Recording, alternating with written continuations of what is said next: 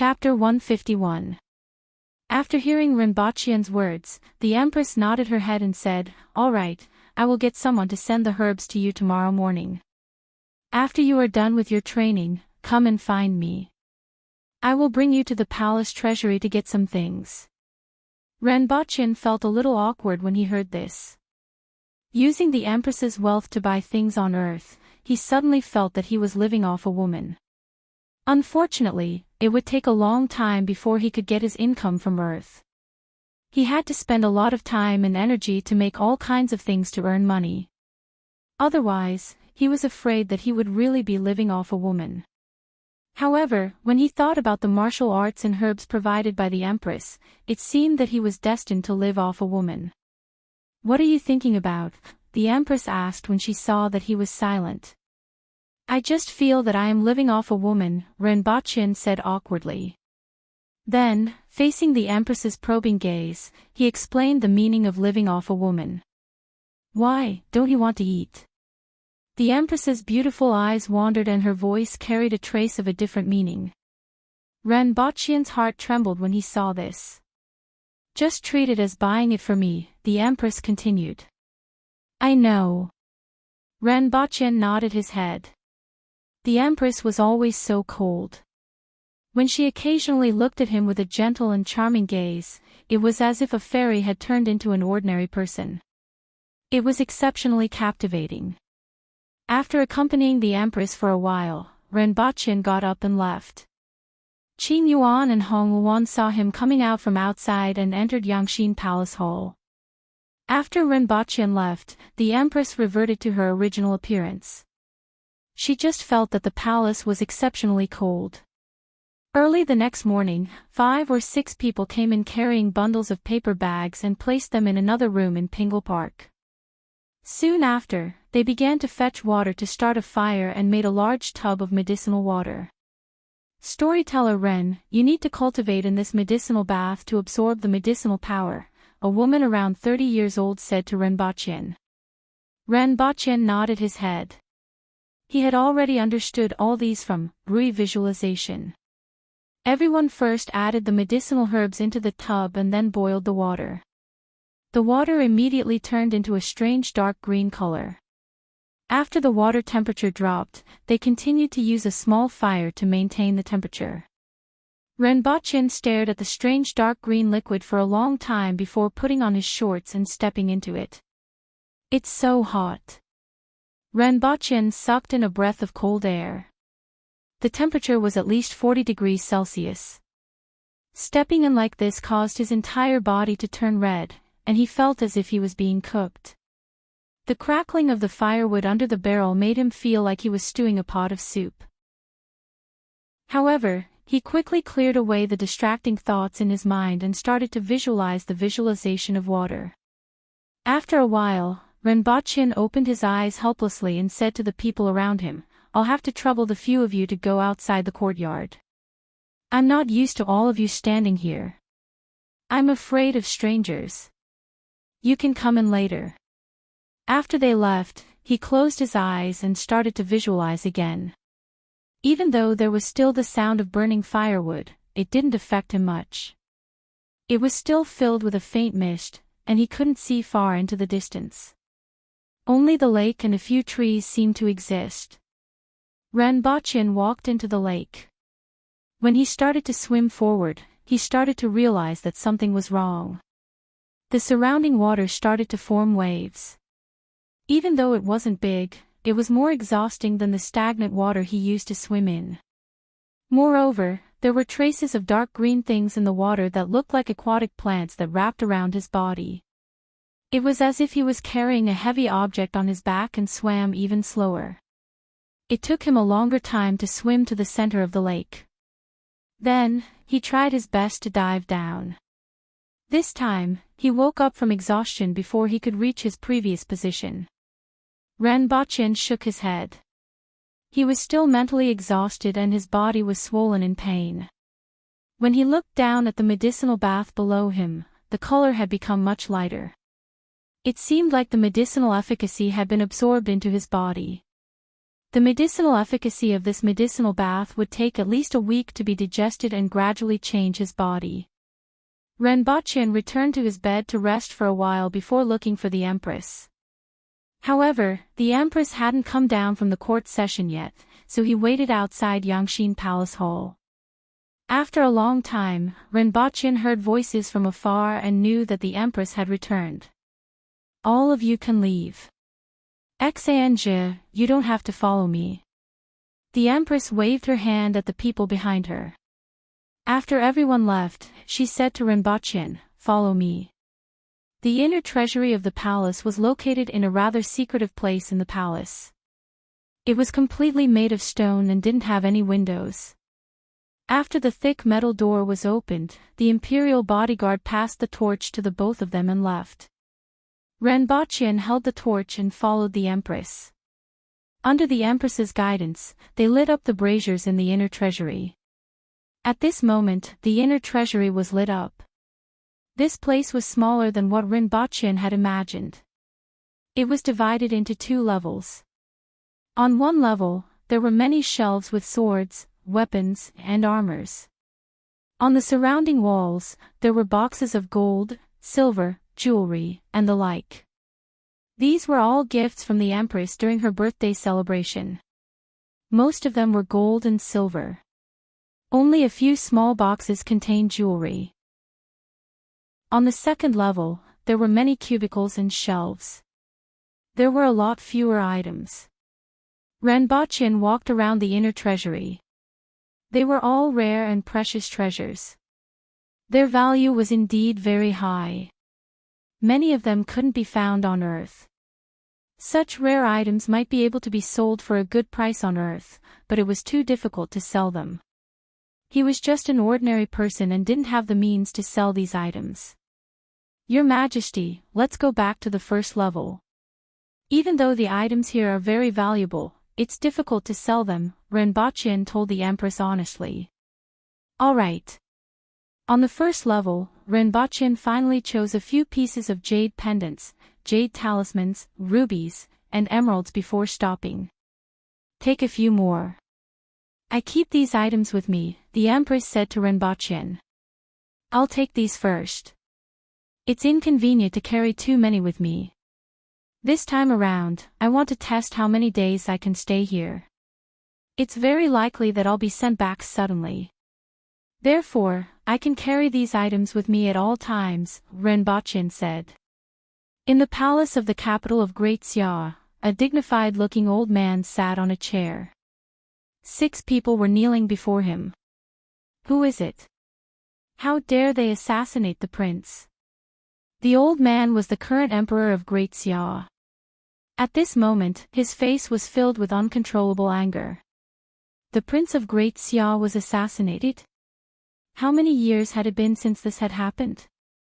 They were simply audacious to the extreme and treated the royal family of Great Xia as nothing. "Your Majesty, the 7th prince arrived at Kaiping 5 days ago. He stayed for a night before setting off. 3 days ago, he was assassinated in Wulong Valley." Among the 7th prince's entourage, there were 95 people at the intermediate level of the human realm, 5 people at the advanced level of the human realm, 1 person at the intermediate level of the earth realm, and 2 consecrated people at the earth embryo realm. None of them survived. In addition, a caravan that was returning from Dayo was also assassinated. None of them survived. Presumably, it was because they saw the murderer. To be able to kill all of the 7th prince's entourage, this kind of strength wasn't something an ordinary person could achieve. Even though the scene had been cleaned up, there were still some traces left behind. According to the investigators at the scene, it was suspected to be the Aboriginals. However, I don't have any clearer evidence to prove it. I also didn't find any reason for Qi Zixiao or Hongwu to attack the 7th prince. I want them to pay the price. Chapter 152. The Great Xia dynasty's Lian family, as a second-rate aristocratic family in Great Xia, was considered the number 1 family in the Zhejiang prefecture. No matter what time it was, the entrance would always be bustling with activity. However, for the past 2 days, no one could be seen outside the door. The entire Lien family was covered in dark clouds. The family head's favorite son went to Dao to celebrate the Empress's birthday. In the end, he was eaten by wild beasts, and even his bones couldn't be found. This matter had already spread throughout Zhejiang Prefecture. Some people said it was retribution, while others laughed at the fact that the Lien family could only swallow this loss. The Lien family was tyrannical in Zhejiang Prefecture, but did he dare to seek revenge in Dao? Revenge on who? If one were to talk about revenge, the target could only be Dao's Qi Zixiao, the seventh most powerful expert in the world. After all, Lien Baoqing, that good-for-nothing, must have a screw loose in his head to see how beautiful the Empress of Dao was. This result caused many people to rejoice in his misfortune. The Lien family had been too overbearing these past few years, and there were many people who didn't like them. Lien Qizhi sat in the main hall and listened to the reports from his subordinates. The families of those people have been dealt with. Don't you think I'm cruel? Lien Qizhi sighed. How could that be? After the death of the young master, that group of people actually dared to escape.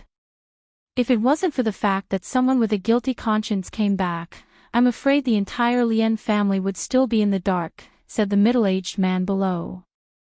Lien Qizhi knocked on the table with his fingers. Although that group of people ran away, they couldn't run away.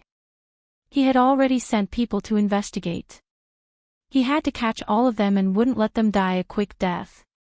As for their family members in Zhejiang Prefecture, he had already sent them on their way. But he still couldn't swallow this anger in his heart. His son and Tong Tong were eaten by wild beasts. His son had no sense of propriety, but did Tong Tong also have no sense of propriety? Qi Zixiao had gone too far. He couldn't afford to offend Qi Zixiao, but there was another person he could take revenge on. You killed my son, I'll kill your pretty boy. Over the past few days, as the news spread, the news that Qi Zixiao had found a pretty boy who only knew how to flatter her had spread like wildfire. At the same time, there was also a sentence that spread: if the heavens did not give birth to His Majesty, the ages would be like a long night. It was said that the pretty boy won Qi Zixiao's heart because of this sentence. This news didn't shock the world, but at least some well-informed people were shocked. Many people were envious of that pretty boy. Not only was Qi Zixiao the Empress of Dao, but she was also extremely talented and the seventh most powerful expert in the world. To be fancied by such a woman, that brat must have accumulated several lifetimes of good fortune. The true Dao sect was a small sect that not many people knew about 10 years ago. 10 years ago, a person rose to prominence and became known to the whole world. Senior sister, that Qi Zixiao is really arrogant. He even dared to accept such words. He really doesn't care about the heroes of the world. A 16 or 17-year-old girl in the audience who was dressed like a Taoist nun wrinkled her nose and said angrily. In front of her was a peerlessly beautiful woman who was also dressed like a Taoist nun. She wore a tall crown on her head and a headband on her forehead. At this moment, the woman was looking at him with a smile. Senior sister, you're always like this. You don't care about anything, the young girl said angrily. That's all there is to the world. What's there to fight about? The woman smiled. You're the third most powerful expert in the world. If I were as capable as you, I would have taught her a lesson long ago. She's merely the seventh most powerful expert in the world, yet she's so arrogant. I'm angry for you, but why aren't you reacting at all? The young girl said angrily as she slammed the table. If you weren't so impatient, you would definitely be much stronger than you are now. Have you done your homework today? The woman's smile was calm and full of indifference and modesty. Anyone who saw her would know that she was the third most powerful expert in the world, Li Yuanzhu. The young girl was so angry that she snorted twice. After a while, she hung her head dejectedly. You're almost like a statue of a god. After a short while, she rolled her eyes and was overjoyed. I heard that Qi Zixiao found a pretty boy who doesn't know any martial arts and only knows how to flatter. It's so ridiculous that he was actually tricked by just one sentence. Even I wouldn't be that stupid. Li Yuanzhu smiled and looked at the young girl.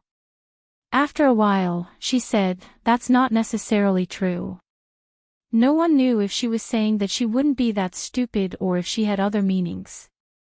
Renbochin naturally didn't know what his reputation had become after the departure of those people and the coming and going of the merchant caravans. Even if he knew, there was nothing he could do. In fact, not only did the outside world think so, but the entire imperial court and the ordinary aboriginal people also thought so. However, Her Majesty was insistent and extremely kind, so everyone had no choice but to accept it. After persevering in his training for the past few days, Renbochin felt that his physique seemed to have improved a lot. At the very least, it was harder for him to get tired, and his strength had also increased.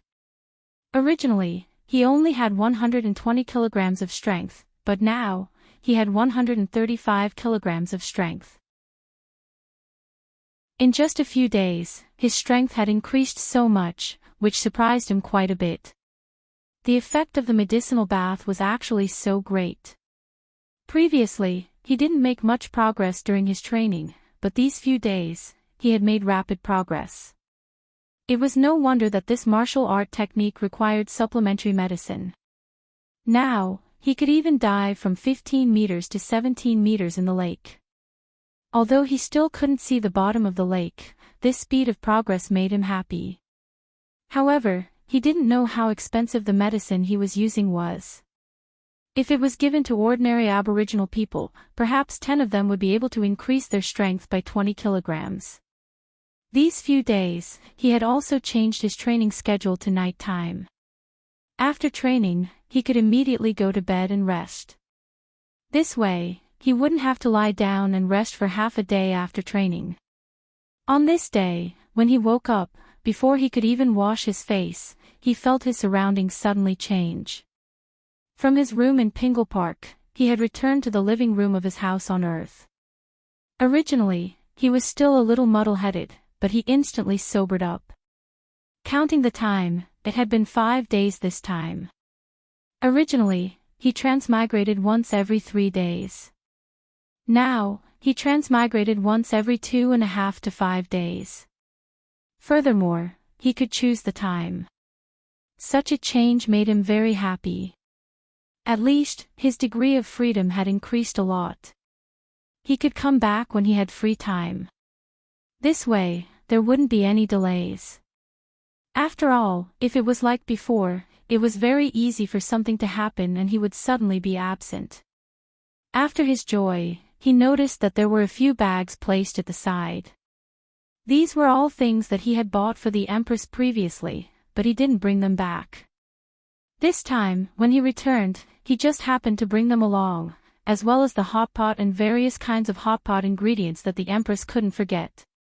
The beef and mutton in that world were much more delicious, and it couldn't be better to use in hot pot. Thinking about how he and the Empress could sit in Yangxin Palace Hall and eat hot pot, this kind of life seemed pretty good. It was a pity that he had to prepare to set off after he returned. He walked alone in the room. The Empress was here with him, and the scene of him cooking while the Empress sat on the sofa and watched television was still fresh in his mind. All of a sudden, Renbochin felt like buying this house and leaving that scene here forever. Chapter 153. The window and door on the second floor were still broken, and they hadn't been dealt with yet. They were only sealed with bedding. Previously, when the Empress was here, he didn't have time to deal with this matter. Now, it was time to deal with it. Renbochin changed his clothes, considered for a while, and decided to erase all the surveillance data. Then, he took out the hard drive and destroyed it, preparing to find a place to throw it into the river. Fortunately, his parents didn't call the police last time. Otherwise, these surveillance cameras would be in big trouble. At present, Renbachian was no longer in a hurry to investigate the reason for his transmigration. In any case, he couldn't find the reason now. He would see if he could find the reason after he became stronger. That day, the Empress suddenly appeared in front of him and pulled him back at the moment of his transmigration. It could be seen that someone as powerful as the Empress would be able to detect his transmigration. Once his strength reached that level, he might be able to sense it more clearly. He just didn't know if that day would come. He went out to apply for a new SIM card and then bought 2 mobile phones. The other one was prepared for the Empress. The next time she came to this world, it should be useful. Otherwise, it would be terrible if he lost her one day. In fact, on the 3rd day that the Empress was here, Renbachian brought her to the shopping mall and went to the washroom. When he came out and realized that the Empress was gone, his heart almost stopped beating. Fortunately, it was just a false alarm. The Empress was in a shop nearby. However, this incident reminded him of something.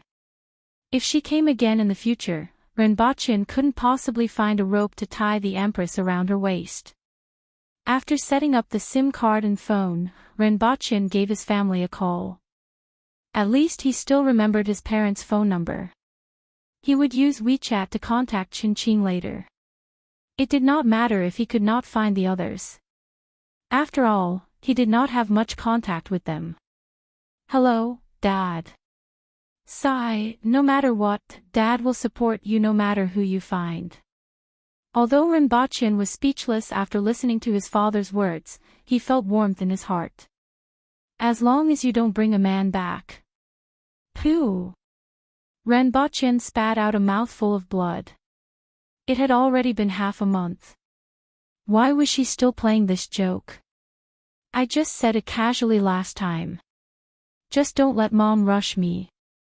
That's why it's so scary, Dad muttered. Your father, almost had a heart attack because of you. But that girl from last time, when are you going to bring her back to meet me? After Renbachian informed his family that he was safe, the next step was to estimate the value of the jade talismans, jade pendants, and gemstones that he had brought back and find a place to sell them. Sitting in the car, he searched the internet on his phone for a long time before realizing that it was much more troublesome than he had imagined. Since he did not have a certificate of origin, large organizations and legitimate companies would not accept him. Some people had their own channels and did not need to consider this aspect, but in his hands, it was no different from holding stolen goods, except that there was no owner. Then there were some small companies, but it was hard to say how much these things would be worth if they were in front of them. After searching on the internet for a long time, he found all kinds of messy information, but not much of it was valuable. Renbachian closed the web page. After thinking about it, he was afraid that he would have to look for Qingqing. At the very least, with his status and connections, he might be able to find a way to help. He sent a message to Qingqing, and not long after, Qingqing gave him a call. Yo, 8,000-year-old didn't go to Wing together, why did you think of me today? Where? Let's have lunch, Renbachian said. The law firm has been very busy recently. They are working on a case. Let's meet downstairs at the law firm later. There is a restaurant that is not bad, give me a call when you arrive. Renbachian could hear the sound of typing coming from the other end of the phone. All right. An hour later, Renbachian arrived at the law firm where Qingqing worked and gave him a call. 5 minutes later, he saw Qingqing jogging down the road, opening the car door and sitting in the front passenger seat. So busy recently. It's really rare to see young Master Qin like this. I can't help it. People who are getting married have to support their families. Renbachian looked at him with disdain. His annual salary was not even enough to cover his monthly expenses. Don't you feel guilty for saying this? If you really want to support your family, you can just go back and take over your father's business. Why, are you looking for me? Qingqing asked. Let's talk when we reach the restaurant. After a while, both of them sat in a private room of the restaurant. Renbochin took out 2 red and 3 green gems from a cloth bag and placed them on the table. Help me see if there is any way to sell them. Where did you get them from? Are they stolen goods? Or did you rob tombs in the mountains a few days ago? Don't forget that I'm a lawyer. Enchanting looked at the gems on the table and was not in a hurry to look at them. Instead, he joked. Clean stuff. It's just that I can't tell you where I got them from, so I have to look for you. After hearing what he said, Enchanting held the gems in his hands and looked at them carefully. The 2 rubies were the size of a thumbnail. Furthermore, it was obvious that they had been polished. The color was deep red, like a ball of flame. Looking at them against the sunlight, the interior was extremely clean. There were only a few cracks on the edges. The 2 rubies were about the same size, and their purity was also very close. As for the emerald, it was emitting a deep green color. Its purity was also very good, but it was slightly inferior to the 2 rubies. I don't really understand these things, but I have seen a few of them in the past. The price of these gems should not be low. I can help you contact someone to sell them, but I can't tell you the source. The other party might want to lower the price, Enchanting said as he placed the gems in front of Renbochin. Understood. Renbochin nodded. He didn't even think about selling them at the market price. As long as he could sell them at a similar price, it would be fine. Enchanting saw that Renbochin understood, and that made things easier. He made a phone call and chatted for a while. Then, he said, Fatty Sue, one of my brothers has a few gems that he wants to sell. Come over and take a look. After that, he told Renbochin the address and hung up the phone. Keep them first. We will talk about it when Fatty Sue is here, Enchanting said to Renbochin. While the 2 of them were waiting, Enchanting hesitated for a while and said to Renbochin, I saw you with a woman the last time. Renbochin immediately looked at him from the corner of his eyes. Don't tell me you are waiting for me to go out in the neighborhood. That's not important. Enchanting waved his hand and said to him seriously, that woman is indeed beautiful. Her family background should not be ordinary. With one look, I can tell that she is not someone that can be raised by a small family. Not to mention a small family, even an ordinary official's family would not be able to raise her. Only those big shots can. You can be considered to be successful. Let's not talk about other things. When the medicine hits the market, you will definitely be worth hundreds of millions. But in the eyes of some people, you are no different from an ordinary person. What I mean by this is that in our country, people of equal social status are still very important. Your status is too different from hers. You might be fated to be together for a period of time, but don't fall too deeply into it. Thank you, Renbochin said. Although Enchanting's words were not pleasant to hear, for him to say these words to Renbochin meant that he really treated Renbochin as a friend. Renbochin had to admit that Enchanting's eyes were indeed very sharp. He could actually see so much just by looking at Renbochin from afar. Chapter 154. The fatty Sue that Enchanting mentioned did not make the 2 of them wait for too long. He was about 25 or 26 years old and wore a pair of gold-rimmed glasses. He looked refined, if not for his physique. His initial estimate was that he was at least 100 kilograms. His muscles trembled with every step he took. Hello, hello. You must be young Master Chen's friend. You can just call me Fatty Sue. Fatty Sue took off his glasses and scanned the room. Then, he shook hands with Renbochin and said, I'm Renbochin. Renbochin introduced himself. Oh, 8,000 years old. In ancient times, you would be a prince. You're amazing. Fatty Sue laughed out loud. He was tactful and enthusiastic, but not annoying. Renbochin's heart skipped a beat when he heard this. He might really become a prince consort. Who did father get to come up with the name? Tai Z, it's rare for you to think of me when something good happens. Fatty Sue patted Chin Ching's shoulder and sat down on a chair. Soon after, he seemed to feel a little uncomfortable and pulled another chair together. Only then did he sit down steadily and began to wipe the mist off his spectacles. Isn't it a good thing that I'm married? When the time comes, I'll definitely ask you to send a gift. Chin Ching also laughed. This is necessary. Have you decided on a date? Ren Boqian turned around and asked Chin Ching. Previously, it was the engagement banquet. He was not sure if Chin Ching and Jiang Nan were engaged for the wedding banquet. May 1st next year. Even if you didn't ask me, I would have informed you by then, Chin Ching said. After chatting for a while, Chin Ching said to Fatty Sue, this brother of mine has something to sell. It's clean, but there aren't any procedures. Take a look. If you can accept it, then accept it. If you can't, then find a way. We're brothers, don't act like you're trying to fool an outsider.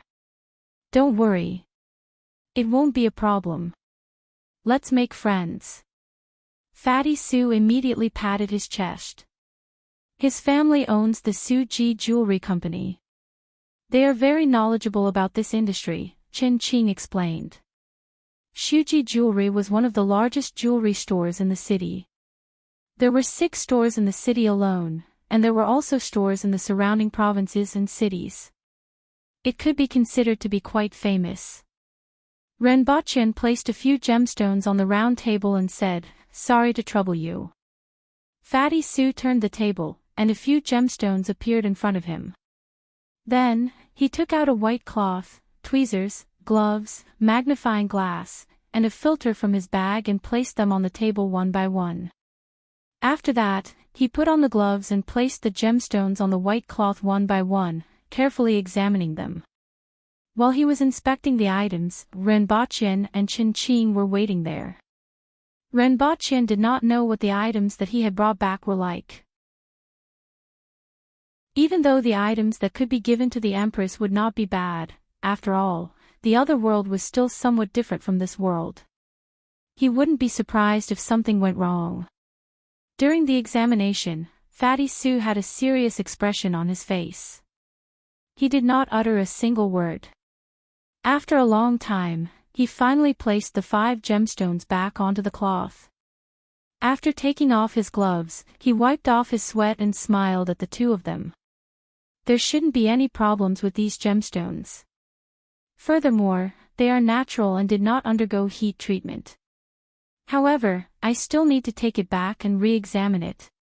After all, the things I brought with me are quite simple and crude.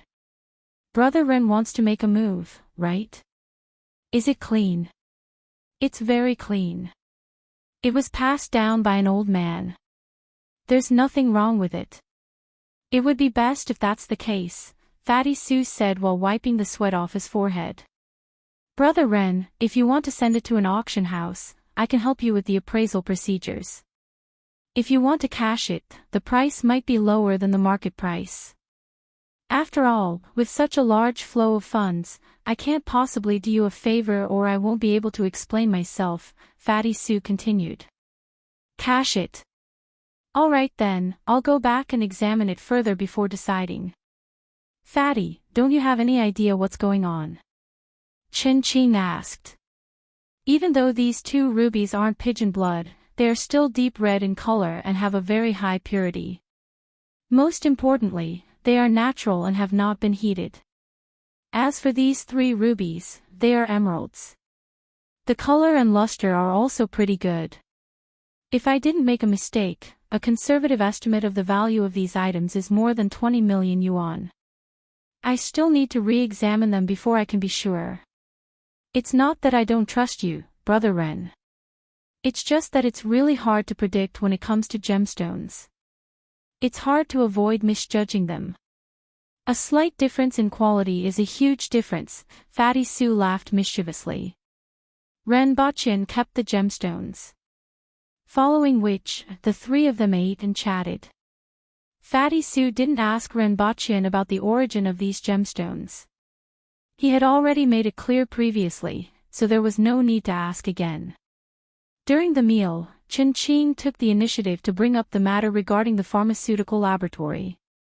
Now that the laboratory equipment and personnel had arrived and those seeds were being cultivated, all that was left was to wait and see how long it would take for the results to be produced. At this moment, Enchanting brought up this matter. On one hand, Renbochin had been elusive lately.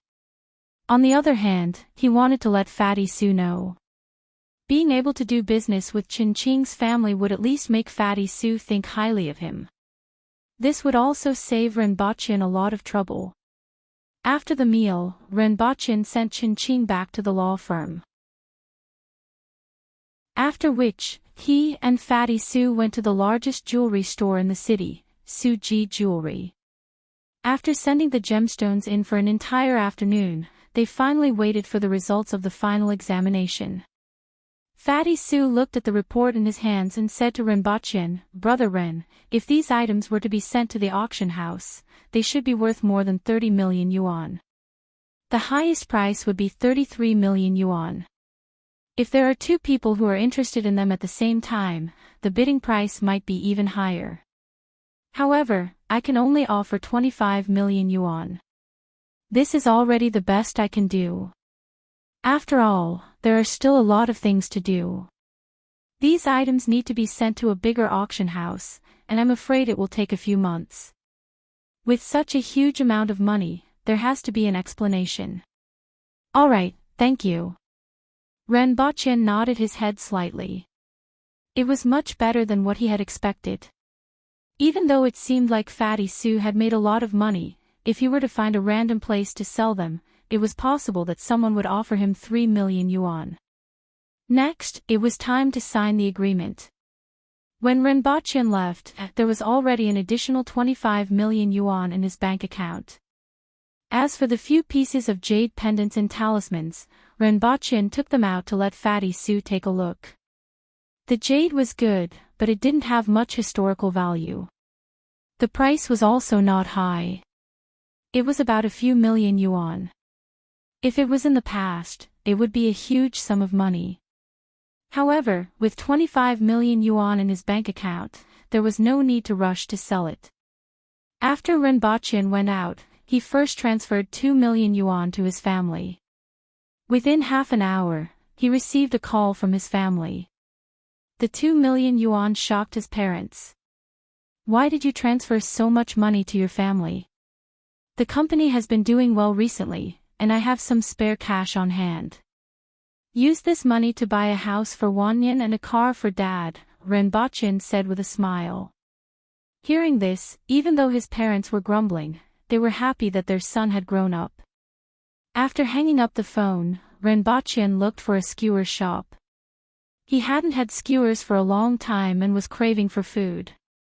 During this period, he was also thinking about what he should do in the future. His top priority was still the iron ore, steelmaking, and forging. If he wanted to open a mine, it would be best for him to get some explosives.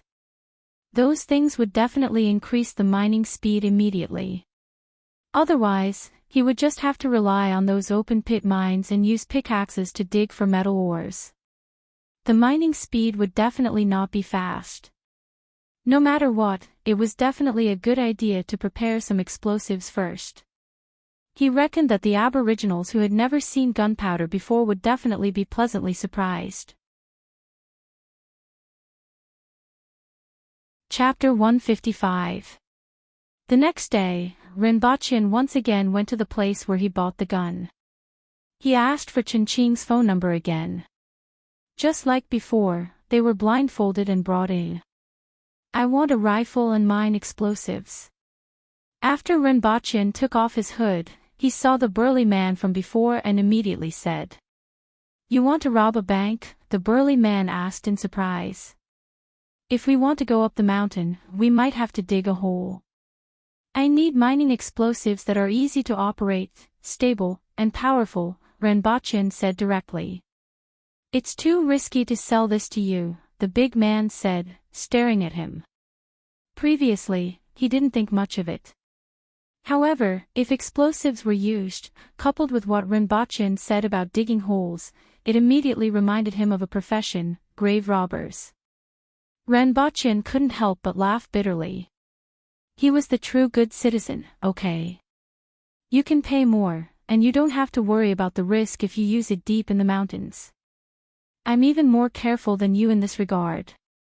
After all, I'm not someone who lacks money. This time, I need to go into the mountains for something, and I might need to use explosives in some places. Otherwise, I wouldn't have asked for mine explosives. It would be a waste if he went in because of certain things. Rinpoche's words finally moved the other party. Those who could find their way here were all young masters and not those hooligans on the streets. How many mine explosives do you need? 100 kilograms, Rinpoche replied straightforwardly. The burly man pondered for a while. Mining explosives were too cheap. 1 ton only cost 3,000 yuan. Even if Rinpoche increased the price, how much could they sell for? Therefore, he looked up at Rinpoche and asked, how about TNT? 20 kilograms is enough. It's more stable, less prone to problems, and it's easier to carry. Rinpoche was a little surprised at the boldness of this burly man. Previously, when Rinpoche wanted to buy mining explosives, he was still hesitant. In the end, he even dared to sell TNT. After all, this was China, not some foreign country. At the thought of going abroad, Rinpoche also felt that if he needed weapons and explosives again, it would be better to do so overseas. It was simply too easy for something to go wrong at home. Sure, I want 40 kilograms. It's best if it's made into a detonator that can be ignited and detonated. Rinpoche nodded. Previously, he only asked for 100 kilograms of explosives because he wanted to bring only 60 kilograms to Dayo at a time. However, he was afraid that it would not be enough, so he prepared to bring it twice. It was still very dangerous to leave this thing at home. If TNT was used to transport it all at once, and it was more powerful, that would be the best. After the other party nodded his head, Rinpoche picked a Type 81 rifle. This type of classic rifle, which imitated the AK, had always been the most popular rifle in the country. The 7.62mm bullet could be fired at twice the speed of a handgun. Its penetrating power was much better than that of a handgun. With 30 bullets in a magazine, Rinpoche felt that he could seriously injure the saber-toothed tiger that he saw previously with this gun. If Rinpoche were to encounter a practitioner like Tong Tong who had just attained the earth will level, Rinpoche would be able to shoot a shuttle at him.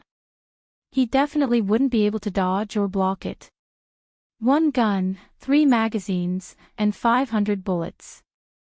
After paying, Rinpoche was sent back to the car along with the bag containing the guns. As for the TNT explosives, they would not be traded at the other party's place.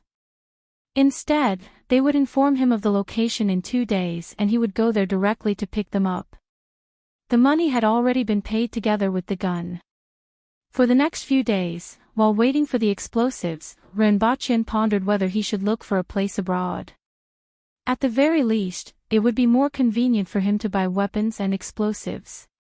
On the 4th day, Rinpoche obtained the explosives without any delay. He immediately carried 2 big bags back to Pingle Park. This time around, he brought back the TNT explosives. Even though he could wait until he reached the mine to collect them, he didn't dare to leave them at home.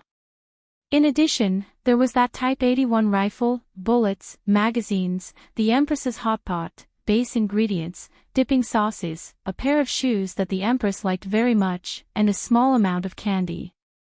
Rinpoche looked at the familiar surrounding scenery. He first put down the things, opened the window, and looked at the sky outside. It was only evening. Then, he carried the hot pot and the pair of shoes to meet the Empress. After waiting outside Yangshin Palace Hall for a while, Rinpoche entered. The Empress was still on the couch drinking wine in boredom. Renbocchen suddenly felt that he should really bring her a laptop to watch movies and animations. However, if he were to nurture the Empress into a 2D expert, he reckoned that he would be committing a grave sin. After thinking about it, it was better to abandon this thought. "Your Majesty, I'm back." As Renbocchen spoke, he went forward and opened the bag, revealing the hot pot inside. When the Empress saw the hot pot, a trace of a smile appeared on her cold face. "Not bad." She turned her head and said to Qin Yuan, "Inform the Imperial Kitchen that there's no need to prepare dinner. Just cut some thin slices of meat and vegetables, a little of each. Also, bring some charcoal and a container." Qin Yuan nodded her head in response. When she went out, she was rather curious. What was Her Majesty going to do? After which, the table was brought over and a metal plate was placed on the table. Renbocchen then placed the copper hotpot on it. At the same time, he took out the base ingredients and poured some water on it. After that, everything was ready. All that was left was the meat and charcoal. Seeing that Renbocchen was busy, the Empress opened her mouth and said, "Are we going to set off this time?" "Yes, we can set off tomorrow." "After all, this is an important matter," Renbocchen said. The Empress nodded her head. It was indeed time to set off. By now, the recruitment order should have already reached the mountains. 3 months was enough to recruit 20,000 soldiers. Even though the training still needed some time, the weapons couldn't be delayed at all. After a while, Qin Yuan and the people from the Imperial Kitchen brought all kinds of things over. The Empress then waved her hand to dismiss Qin Yuan and Hong Wuan. After the two of them left, the Empress rested her chin on one hand and looked at Renbocchen busying himself. She was somewhat happy. This Yangxin Palace Hall wasn't that deserted anymore. After a while, the water in the hot pot began to boil. Renbocchen first placed the meat slices in the hot pot. Just as he was about to raise his head and tell the Empress that it was time to eat, he happened to see a pair of clear and bright eyes. "Your Majesty, it's time to eat," Renbocchen said softly. At this moment, the two of them were sitting opposite each other in the huge Yangxin Palace Hall. The copper hotpot was constantly emitting hot steam and the meat slices were rolling in it. "Pour some wine for me." After Renbocchen was done, the Empress said, "Fill it up for yourself as well." After which, the Empress raised her wine cup and said, "I hope everything goes smoothly for you." "Thank you, Your Majesty," Renbocchen said as he drank the wine in one gulp. He filled up both of their wine cups. The Empress said again, "I will send a group of people to accompany you. You have to take care of yourself." Renbocchen felt warmth in his heart after hearing the Empress's concern. It seemed that after the trip to Earth, the Empress had indeed changed a lot. At the very least, when the two of them were facing each other, the Empress looked more feminine. It was as if a layer of ice-cold armor had been removed. This kind of change made him feel happy. The two of them ate the hot pot for about 2 hours. Occasionally, they would exchange a few words and drink a mouthful of wine. At other times, they would just stare at the meat slices rolling in the hot pot. They didn't need to talk much. Just by sitting opposite each other and looking at each other, they felt happy in their hearts. Chapter 156. The next day, Renbocchen woke up, washed up, and started to pack his things. After he was done preparing, he went to see the Empress. This time, the place wasn't Yangxin Palace Hall but the throne room. This was his first time here. When he arrived, the Empress was sitting on the highest golden chair. There were already a few people standing below her. "Greetings, Your Majesty." After Renbocchen greeted them, he stood obediently at the side and sized up the rest of them. One of them was a burly man wearing iron armor and holding a helmet with a feather on it. His skin was bronze in color, and he looked to be in his 30s. He was a rank 6 military official. There were two other people. One of them was in his 40s and had a big beard. He was looking at Rinpoche from head to toe. There was another person who looked to be in his 30s or 40s. Compared to the aboriginals, he was slightly skinny, but compared to Rinpoche, he was considered a burly man. The former was the official robe of the 3rd rank, while the latter was the official robe of the 5th rank. Rinpoche. The Empress's cold voice came from above. I'm here. Rinpoche promptly took a few steps forward and faced the Empress. Storyteller Rinpoche of Qingshin Palace Hall is rather talented and devoted to his duty. He was promoted to the position of Imperial Deputy Prefect. I'll take up the post immediately. Rinpoche was stunned at first. Then, he knelt on one knee and said, "Thank you, Your Majesty." He was a little stunned. He had only been here for less than 2 minutes, and he was already promoted. Furthermore, it was a Deputy Imperial Deputy Prefect who was directly promoted from minor 8th rank to minor 5th rank. This speed was faster than riding a rocket. It had been less than 3 months since Rinpoche arrived in this world, but he had already walked the path that others would take a lifetime to walk. It was very difficult for ordinary officials and generals to be promoted so quickly, no matter how great their contributions were. However, the other 3 were not surprised. After all, everyone knew his identity. If there were no accidents, he would become a prince in the future. His current official position was just a transition. Moreover, His Majesty had promoted him to Imperial Deputy Prefect, which meant that he was in charge of the affairs of the palace, which was different from the duties of the 6 ministries of the Imperial Court and the military. This time around, Imperial Deputy Prefect Rinpoche will be in charge, and Tao Jiyuan will be assisting him. They will patrol Mount Damo and Mount Liutsue and think of ways to increase the production of iron ore. If there are results, we will definitely reward you generously. Yes, Your Majesty. Rinpoche and Tao Jiyuan bowed and complied. After hearing these words, Rinpoche knew why the Empress wanted to promote him. If he were to be in charge of the iron mine, his position as a secondary class 8th rank officer would be too low. He would be promoted to the secondary 5th rank, the same rank as the Ordnance Department's director. Coupled with his special status, it would be more appropriate for him to be in charge. Guard Ting Ji of the Yi-Wei School, bring 300 winged cavalry warriors with you to protect them along the way. If anything happens, you will be held responsible, the Empress said coldly. The armored general immediately complied. He naturally knew who the Empress wanted him to protect. If both of them were to encounter danger at the same time, Rinpoche was afraid that he would have to bring Deputy Prefect Ren back. Otherwise, he would really have to raise his head to see the world. Go back and prepare. We will set off after noon. Rinpoche, stay behind. After the Empress finished speaking, Tao Jiyuan and Ting Ji left one after another. This is Feng Ho from the Ordnance Department. I have something to ask you. Greetings, Chief of the Department of Ordnance. Rinpoche turned around and cupped his hands. Deputy Prefect Ren, I would like to ask if you have any confidence in expanding the production of iron ore. Feng Ho turned around and looked at Rinpoche. That depends on the iron ore content and distribution. If it's just mining, there should be a way, Rinpoche said after thinking for a while. I heard from Her Majesty that Deputy Prefect Ren has a way to smelt iron ore and forge weapons. I wonder if you can tell me so that I can be prepared, Feng Ho asked again. The main problems in smelting iron ore are insufficient temperature and unstable temperature.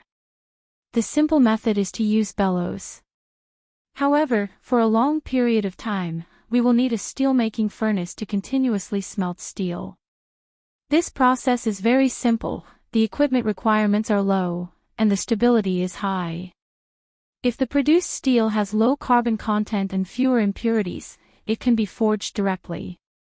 This saves a lot of manpower compared to forging by hand, Rinpoche explained. What is bellows? What is a steel-making furnace? What is steel? Feng Ho frowned and asked 3 questions in a row. With regards to this husband chosen by Her Majesty, he had the same opinion as everyone else in the imperial court. They all looked down on him. Otherwise, everyone wouldn't have objected to it back then. On one hand, he was too weak. On the other hand, other than bootlicking, he didn't seem to have any other abilities. This morning, Her Majesty summoned them over and said a few things. Her Majesty wanted to increase the production of iron ore. Not only Her Majesty, but the entire Ministry of Works had also racked their brains but still couldn't come up with a good solution. The 2 iron mountains were simply too difficult to mine. For so many years, they had been mining slowly like this. Countless people racked their brains to no avail. Everyone felt that this was the only way. This time, Her Majesty let Rinpoche take charge and patrol the mines to find a solution. If that was the case, Rinpoche wouldn't say anything and let him do it. In any case, the Department of Military Arms would benefit from it and it didn't matter if it didn't succeed. However, from what Her Majesty said, Rinpoche was going to intervene in the smelting and forging of weapons. In that case, Rinpoche couldn't just let him do it. If Rinpoche intervened, what could he do as the head of the Department of Military Arms? Furthermore, did Rinpoche really know how to mine, smelt, and forge weapons? If Rinpoche was really capable, everyone in the Department of Military Arms would listen to him.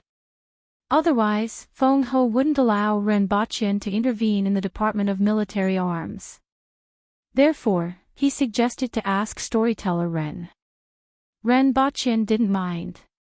Instead, he explained in detail, "You can try the bellows. It's a big box with a handle and a push board on one side and an air inlet. Then, a person will push and pull from one side to send air through. The air is full of oxygen, and with enough oxygen, the fire will burn better. Furthermore, if someone keeps pushing and pulling, the fire will be more stable and the temperature will be higher, making it easier to smelt." Rinpoche roughly explained. As for the steel-making furnace, first of all, what is steel? If ordinary iron is used to forge weapons, it will be very brittle. Therefore, it needs to be forged to remove the impurities and reduce the carbon content. In the end, the result is actually steel. The steel-making furnace directly removes the impurities during the smelting process, reducing the carbon content, and directly smelting the steel. This way, you can at least save the time and effort of hammering and forging. Rinpoche explained. Feng Ho frowned as he didn't understand. The things that Rinpoche said made him feel that it was awesome even though he didn't understand it. He had been in the Department of Military Arms for more than 10 years. Even if he didn't say that he was proficient, he still had a rough idea of what was going on. However, he actually didn't understand what Rinpoche was talking about. The Empress looked at Feng Ho, who was frowning and thinking hard, and the corners of her mouth curled up. This was what she wanted to see. Naturally, she was clear about the thoughts of everyone in the imperial court. Her husband was chosen by herself, and it wasn't up to others to interrupt. But to be looked down upon like this, she was more or less unhappy. Chapter 157. In the afternoon, Rinpoche walked out of the palace wearing the official uniform of the imperial deputy prefect. There were already 2 carriages waiting outside the square. Both were pulled by crooked cows, but their appearances were very different. One was from the palace, and it was pulled by 2 crooked oxen. The carriage was completely made of wood, and it gave off a wooden fragrance. The coachman was an old man with short white hair and a square face. He looked very solemn. The other carriage belonged to Tao Jiuan. It was also pulled by 2 crooked cows, but the carriage was slightly smaller. Behind the 2 carriages, there were 4 rows of cavalrymen in leather armor. They didn't wear helmets and only had a feather on their shoulders. This was the most elite army under the Empress, the winged cavalry. There were only 1,500 of them, but the weakest among them was no weaker than an Earth rank expert in Great Xia. Those who had just attained the Earth will level could hold a military position below rank 7 in Great Xia. The same strength could also hold a military position below rank 9 in Dayo. However, they were just ordinary cavalrymen in the winged cavalry. These winged cavalry were riding on huge goats. These animals ran very fast and were especially good at jumping. They were comparable to the mountain-gazing birds when it came to climbing mountains, but it was a little more bumpy. The reason why they chose this kind of mount instead of the mountain-gazing birds was probably because these cavalrymen were huge and their weapons were too heavy. On the other hand, when a large number of mountain-gazing birds gathered together, the smell was really hard to resist. "Thank you very much." Renbochin waited for the imperial guard behind him to put his luggage in the carriage before cupping his hands and thanking him. This imperial guard was also very familiar with him. He and another imperial guard were usually at the entrance of Pingle Park. Today, he was on duty. That imperial guard grinned widely, cupped his hands at Renbochin, and returned to the palace. Deputy Prefect Ren Tao Jiyuan came down from the carriage and greeted him. In the morning, he didn't look at Renbochin carefully. At this moment, he carefully scanned Renbochin from top to bottom and didn't see anything special. However, when Sir Feng returned just now, he actually asked him to listen to Renbochin's arrangements. This made him feel astonished. He really wanted to know what they talked about in the palace after he left. It was a pity that Feng Ho kept this matter to himself. He couldn't possibly say that he didn't understand what Renbochin said, right? Looking at Renbochin's confident look and those words that he didn't understand, Feng Ho wavered a little. He didn't know if Renbochin really understood these things. At this moment, the Empress opened her mouth and said, "In that case, let's leave it at that for now. We will know when the time comes." Seeing this, Feng Ho swallowed all the words he wanted to say and waited to see how Renbochin's trip to the iron mine was going. "Deputy Prefect Ren, may I ask if we are setting off?" Ting Ji dismounted from his mount, took a few steps forward and asked. "Thank you for your hard work, Captain." "Let's go," Renbochin said. At the same time, he looked back at the tightly shut palace gates before turning around and getting into the carriage. The carriage pulled by the two crooked oxen wasn't big, only about 1.6 meters. If one wanted to lie down, one would have to stretch one's feet out. The floor inside was covered with a layer of fur, and there was a small table on the side for placing drinks or fruits. However, the carriages at this time had wooden wheels and were very bumpy. They could only store alcohol in the city, but once they were out of the city, there was no need to think about it. Renbochin sat cross-legged in the carriage, leaned against the wall, lifted the curtain, and looked outside. Following that, Ting Ji gave the order, "Move out." Everyone turned their mounts around, and the oxen carriage moved forward slowly. When they were out of the city, the speed of the carriage increased. Renbochin looked at the scenery outside along the way and felt the tremors of the carriage. He could even feel a small stone being pushed over. Fortunately, the fur cushion under his body played a big role.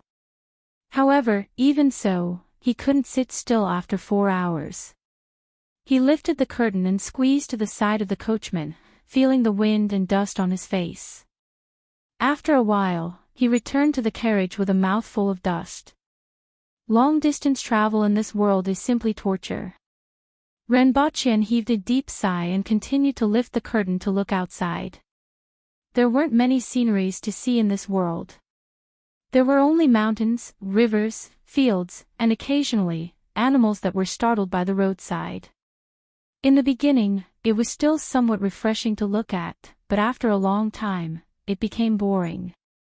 Now, he somewhat regretted that he didn't bring his e-book along. At least, he had something to pass the time. At the same time, a thought emerged in his mind. If he were to return to Earth in the carriage, where would he be when he reappeared? Or would he be in the carriage? Or would he be at the place where he disappeared? The journey this time around would take 5 days. He really wanted to give it a try. Unfortunately, if he disappeared, he reckoned that he would be discovered in less than half a day. Renbochin lifted the curtain and asked the coachman, "How much longer before we can rest?" "Sir Deputy Prefect, there is a village in front," the coachman looked very familiar and directly replied. Renbochin nodded his head and surveyed the surroundings. At this moment, it was already dark and he couldn't see anything. He could only hear the howls of wild beasts in the night sky from time to time. After another hour, the horseman in front slowed down and eventually came to a complete stop. Ting Ji turned to the side of Renbochin and Tao Jiyuan's carriage and shouted, "Sir, Luoya village is in front. Please wait for a moment and wait to inform the village chief." After a while, the horseman in front returned and the group continued to slow down. Renbochin had never seen a village in this world, so he lifted the curtain and sat beside the coachman. The village wasn't too big. After standing for a distance, he could see a circle of wooden fences in front. It was probably to prevent wild beasts from entering. Therefore, even though it was called a village, it was more like a stockade. Renbochin guessed that the Aboriginals used to live like this when they were in the mountains, and some of them still maintained this habit after they left the mountains. After a long time, this tradition was passed down. Renbochin asked the coachman, and the truth was exactly as he thought. If there were no attacks from wild beasts, perhaps after a few decades or hundreds of years, as the village expanded, these wooden fences would also disappear. As the group entered the village, the entire appearance of the village was revealed in front of Renbochin. Most of the buildings were made of wood, and the bottom of the buildings were supported by wooden stakes that were at least 20 centimeters in diameter. They were about half a meter tall and were completely used to prevent rainwater and some snakes and insects. There was a fishy smell in the village. Many of the houses had animal skins and dried wild vegetables that were being hung to dry. As a result, the smell was very strong. When they realized that the army had entered the villagers weren't afraid at all. They walked out of their houses and waved to the crowd with a smile. Most of their clothes were animal skins, revealing their bronze skin. The smiles on their faces were very simple and full of enthusiasm. However, when they saw Renbochin sitting in the carriage, they curiously sized him up. After all, with one look, they could tell that he wasn't an Aboriginal. The relationship between the Aboriginal army and the commoners is very good. Renbochin immediately had this thought. The village was almost circular in shape. In the middle was a circular open space. There were many things like stone locks. Presumably, these were used by the villagers to hone their bodies when they had nothing to do. At the side, there was also a wooden shelf with some wooden sticks on it. From this village, one could see how much the Aboriginals valued martial arts. The residences were built around this open space and were divided into 2 levels. There were about 100 households in one sweep, and the entire village had about 200 to 300 people. At this moment, every household had lit up their oil lamps. Some people came out to greet them while others leaned against the window and looked outside. Renbochin got down from the carriage and stretched his body. This day's journey was really too torturous. At this moment, he could finally relax. Tao Jiyuan also jumped down from the carriage at the side. However, he looked much better than Renbochin and didn't seem to be tired. "Sirs, this is the village chief. The biggest house belongs to the village chief. Tonight, the 2 sirs will be resting at the village chief's house." Ting Ji brought an old man over. "Greetings to the 2 sirs. Thank you for your trouble." Renbochin cupped his hands and said. On the other hand, Tao Jiyuan nodded his head. After staying at the village chief's house for a night, Renbochin endured the buzzing sound of the mosquitoes.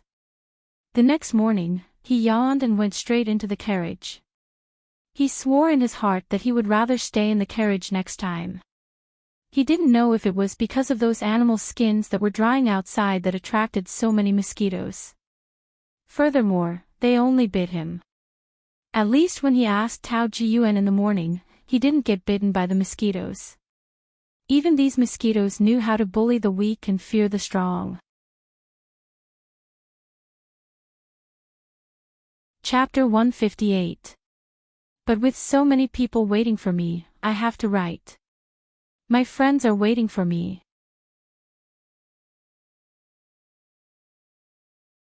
Chapter 159. After 4 bumpy days on the road, Rinpoche saw many things along the way. What surprised him the most was that every time they stopped at a village, the winged cavalry warriors would teach the children martial arts in the morning. Even though it wasn't much, a little bit of guidance was already very valuable to these children as it could help them avoid many detours. The Aboriginals spared no effort in this aspect, as well as the relationship between the army and the commoners, made Rinpoche feel sentimental. This was rarely seen in history. Other than a few armies, such as the current dynasty, most of the time, the commoners viewed the army as tigers and wolves. A few days later, when they arrived at a small city, Rinpoche suggested resting for a day. Even though the others were a little dissatisfied with this request, they didn't say much. After all, Rinpoche's identity was special. Rinpoche told the others not to disturb him and to place the food at the door before returning to Earth. The long and arduous journey these few days had indeed made him unbearably tired and he needed a good rest. Even though it was a little pretentious, it was worth a try. After all, he was just an ordinary person. Even after arriving in Deo, he didn't suffer much. The toughest time was probably the night of the Great Hunt. That time, he was more mentally tense and couldn't be mentioned in the same breath as the fatigue he felt this time. Even if he didn't talk about these, it was time. Finding a place to stay now was better than suddenly disappearing tomorrow. After Rinpoche returned, he immediately threw himself onto the bed. It was soft, quiet, and the bed wasn't bumpy at all. It was simply too comfortable. After sleeping for 4 to 5 hours, Rinpoche woke up. He was also unwilling to move and tossed and turned on the bed. After a long time, he finally got out of bed and made himself a cup of instant noodles. After staying at home for 3 days, Rinpoche once again returned to that world. It was midnight. After lying on the bed for a few hours, he heard a knock on the door. "Sir Deputy Prefect. Come in." Rinpoche sat up from the bed. "Sir Deputy Prefect, it's time to set off." The person who entered was Tingji. After seeing Rinpoche, he finally felt relieved. On this day, Rinpoche didn't make a single sound in the room. The food at the door was also left untouched, which made him feel uneasy. If Rinpoche hadn't informed him in advance, he would have barged in. "All right, I got it." Rinpoche nodded his head, got out of bed, and washed up. An hour later, he returned to the carriage and continued his journey. Mount Damo was one of the 2 iron mines in Deo, and it was filled with all kinds of prisoners. Most of them were soldiers from other countries who were captured during the border conflicts between Deo and the other countries. Currently, there were close to 1,000 of them, and some of them were even at the intermediate level of the Manwul level. However, after being shackled here, they didn't even have the chance to escape. Although the mine was filled with young and strong warriors, the mining progress was still very slow. Even if they used human lives to fill in the gaps, it would be of no use. The rocks in the mine were like refined iron. A single strike would cause a series of sparks, and at most, a white dot would appear on the surface of the rock. There was a team of 300 people guarding this place, and the weakest among them was equivalent to low-level man rank. Deo's less than 60,000 soldiers were stationed at the border, and the 3 nations didn't dare to invade lightly. This was because of their formidable individual strength.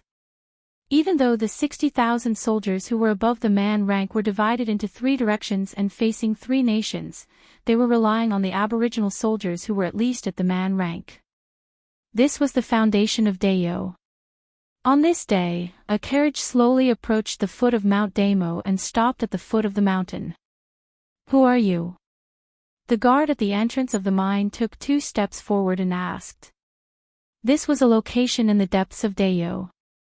Furthermore, the person who came was also an Aboriginal. As such, they didn't have any vigilance. "Ask your commanding officer to come out." "This is Her Majesty's warrant," Ting Ji said in a deep voice from his mount. While waiting, Rinpoche and Tao Jiyuan alighted from the carriage. They took advantage of this time to stretch their bodies. After 2 days of sitting in the carriage, their bodies were rusting to death. Even though Rinpoche had rested on earth for 3 days, seeing that Tao Jiyuan's condition was actually better than his, he couldn't help but admire the physique of the Aboriginals. These few days, Rinpoche and Tao Jiyuan had become more familiar with each other. After all, they could still chat along the way. On the 3rd day of their journey, Rinpoche and Tao Jiyuan traveled together in the same carriage and chatted a lot. After chatting with Tao Jiyuan, Rinpoche discovered that not only was Tao Jiyuan literate, but he had also learned a lot of knowledge in various aspects. He could be considered a rare talent among the Aboriginals. After chatting for a while, Rinpoche found out that Tao Jiyuan's family had produced a few generations of high officials among the Aboriginals. They had collected quite a lot of books from other nations. 500 volumes was considered a rather rich collection among the Aboriginals. Tao Jiyuan grew up in such an environment, so it was no wonder that he was so knowledgeable. However, this was also related to his weak physique, which made it difficult for him to have any achievements in cultivation. It was said that he had an elder brother who was currently serving in the Right Army. Even though his current position wasn't as high as Tao Jiyuan's, his prospects were far greater. In the eyes of the Aboriginals, a position in the army was the one with the greatest prospects. At least, when Tao Jiyuan mentioned his elder brother, his tone was full of longing. Everyone didn't have to wait for long before they saw 3 people hurrying down from the mountain. They were all wearing leather armor and had thick sabers hanging from their waists. "I'm the one in charge of guarding this valley. Do you have Her Majesty's warrant with you?" The leader was a burly man in his 40s with a big beard and dusty leather armor. He cupped his hands and spoke loudly. At the same time, his gaze wandered across the few people. He could naturally recognize the winged cavalry at a glance. After all, this was the only unit with a colorful sparrow feather on their shoulders. However, his gaze was more focused on Rinpoche and Tao Jiyuan. It was obvious that these 2 were the ones in charge here. Even though the winged cavalry was powerful, they were Her Majesty's personal army and obviously had nothing to do with him. "This is Imperial Deputy Prefect Ren. This is Minister Tao of the Military Arms Department. I am Lieutenant Ting Ji of the Winged Cavalry. This time, I am here on Her Majesty's warrant to patrol this place and look for ways to expand the mining." As Ting Ji spoke, he threw a piece of white paper out as if it was a hard object. Gu Qiong caught it with one hand and glanced at it. Following which, he smiled and said, "So it's the few of you. Please come in." Rinpoche and Tao Jiyuan didn't board the carriage anymore. They walked towards Gu Qiong and cupped their hands as a form of greeting. "General Gu, please lead the way." The rest of the people followed behind. Rinpoche couldn't see the entire view from the foot of the mountain. However, as Gu Qiong walked up, he gradually saw the entire view of Mount Damo and the mine. The most eye-catching part was Mount Damo. It was 600 to 700 meters tall and looked like an upside-down pot lid. There was almost no vegetation on the entire mountain, especially in the direction where everyone was standing. It was as if a section of the mountain had been chopped off and only uneven rocks could be seen. At the foot of the mountain, there were at least 1,000 people busily working. They were holding hammers and pickaxes and were working hard to cut open the mountain. They were also moving the rocks that they had smashed down. Chapter 160. Mining on Mount Damo has been going on for close to 100 years, but there hasn't been much progress. Mount Damo can be said to be completely made of iron. It is extremely hard and difficult to mine. After so many years, it has only been mined to the extent that you can see now. One person might not even be able to mine one piece in a day. Gu Qiong led the crowd in the direction of Mount Damo and introduced them to Rinpoche. He actually knew Tao Jiyuan as he had met him a few times before. This time, this imperial deputy prefect had a special status and was here for the first time. He was the one who needed to be introduced. Rinpoche's previous understanding of iron ore came from the information he found on the internet. After listening to Gu Qiong's introduction, he realized that Mount Damo might be different from what he had imagined. As they got closer to Mount Damo, the soldiers from the three nations who were locked up here appeared in front of them. Other than the guards, very few outsiders came here. In particular, there was a Dao official in the middle of a group of aboriginals who was obviously different from the rest. This made many people's eyes light up. These people had been locked up here for the longest period of 20 years and the shortest period was at least 5 years. They were constantly thinking of leaving this place and returning to their homes. However, the 300 guards were enough to suppress any riots here. In the past, no one who had such thoughts survived, regardless of whether they fought back or escaped. This made the remaining people somewhat resigned to their fate. However, today, they actually saw an official who wasn't an Aboriginal. Even though he was still a Dao official, it gave these people a little hope. One by one, they stood on the spot and looked over expectantly. What are you all standing there for? Get out of the way and get to work. If you continue to slack off, I will hang your heads over the wall. A few guards with knives drove the crowd away. Where are they from? Rinpoche also noticed that these people were obviously from the other three nations. The Aboriginals still trade slaves. Rinpoche immediately thought of this. They are soldiers from Great Xia, the Yun Nation, and the Chin Nation. There are also some death row prisoners from the south. Gu Qiong introduced them to Rinpoche. He was also curious about the identity of this imperial deputy prefect. Not only was he a secondary class, rank 5 official, but he was also in charge of the imperial deputy prefect, an organization that was responsible for the affairs of the palace. Even though the news about the Empress's husband had spread like wildfire in Lan City and its surrounding areas, and even some of the mountain villages had heard about it, it was obvious that Rinpoche hadn't heard about it yet. Rinpoche immediately understood after hearing this. The Aboriginals weren't stupid and knew how to use war criminals to open up mines. As for the prisoners on death row in the south, they were the remnant citizens of the Hao Nation. Rinpoche sized up these people as he walked. Their complexions were still all right, completely different from the sallow and emaciated state he had imagined. Many of them had bulging muscles. After all, working here, even an ordinary person's body would develop a body of muscles after a long time. However, if he really had the body of an ordinary person, he probably wouldn't be able to live for long. Everyone was only wearing tattered pants, and their tanned upper bodies were covered in scars. Some were from mining, and some were from whips.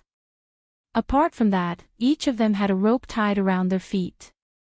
Every 3 of them were tied together, and the distance between them was about 2 meters. After asking, Rinpoche found out that the rope was woven from the bark of a type of tree known as the knot tree and then soaked in oil. It was very sturdy, and even a man-realm expert couldn't tear it apart. Even swords would have to expend some effort to cut it. On the way up, Rinpoche saw a few people with missing limbs. They were using their hands to pick up the scattered slag from the ground and put it into a basket. While observing these people, he also saw that they were looking at him with hope in their eyes. Their numb eyes were filled with a look of longing. Renbochin knew what they were longing for, but it was a pity that he couldn't help them. After the people in front were driven away, Renbochin followed Gu Qiong to the front of Mount Damo. From where everyone got off the train at the foot of the mountain, the first thing they saw was a large platform with many wooden houses. This was where everyone rested. Following which, there was another small platform. After which, there was a pitch-black Mount Damo without any soil or weeds. It was as if it was made of iron. The mining here was done layer by layer from the outside to the inside. There were no tunnels or anything like that. There were all kinds of racks in front of Mount Damo. Everyone climbed on the racks and slowly mined along the protruding edges. This way, it would be easier. However, after reaching a certain height, even the racks couldn't reach the top. Hence, they had to continue digging deeper. Sir, the iron mine in Mount Damo is really difficult to mine. Even with my strength, I can only mine a small piece in one go. As Gu Qiong spoke, he picked up a pickaxe from the side and smashed it against the dark iron wall with a whistling sound. Dang! Sparks flew from the explosion. The wooden rake of the pickaxe was immediately smashed into pieces. The head of the pickaxe flew out and spun a few times in the air before falling to the ground. Along with the head of the pickaxe, there were some small fragments that were about the size of a fist. Those people can't even mine such a big piece in a day. So hard. Even though Renbochin had heard about it before, he was still shocked.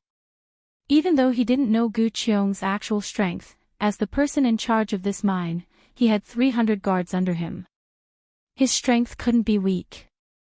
Furthermore, Renbochin clearly saw that the wooden handle of the pickaxe, which was as thick as a wrist, was directly smashed into pieces. Even if he didn't use 500 kilograms of force, he still only managed to smash out a piece the size of a fist. How was this a mine? This was simply an iron mountain. Renbochin stretched out his hand and touched it. It was indeed iron. The iron content was at least 95% and there were very few rocks. If it wasn't for the fact that there were very few rocks, Renbochin would have thought that this was man-made and not naturally formed. Even though there were rocks, they were very hard.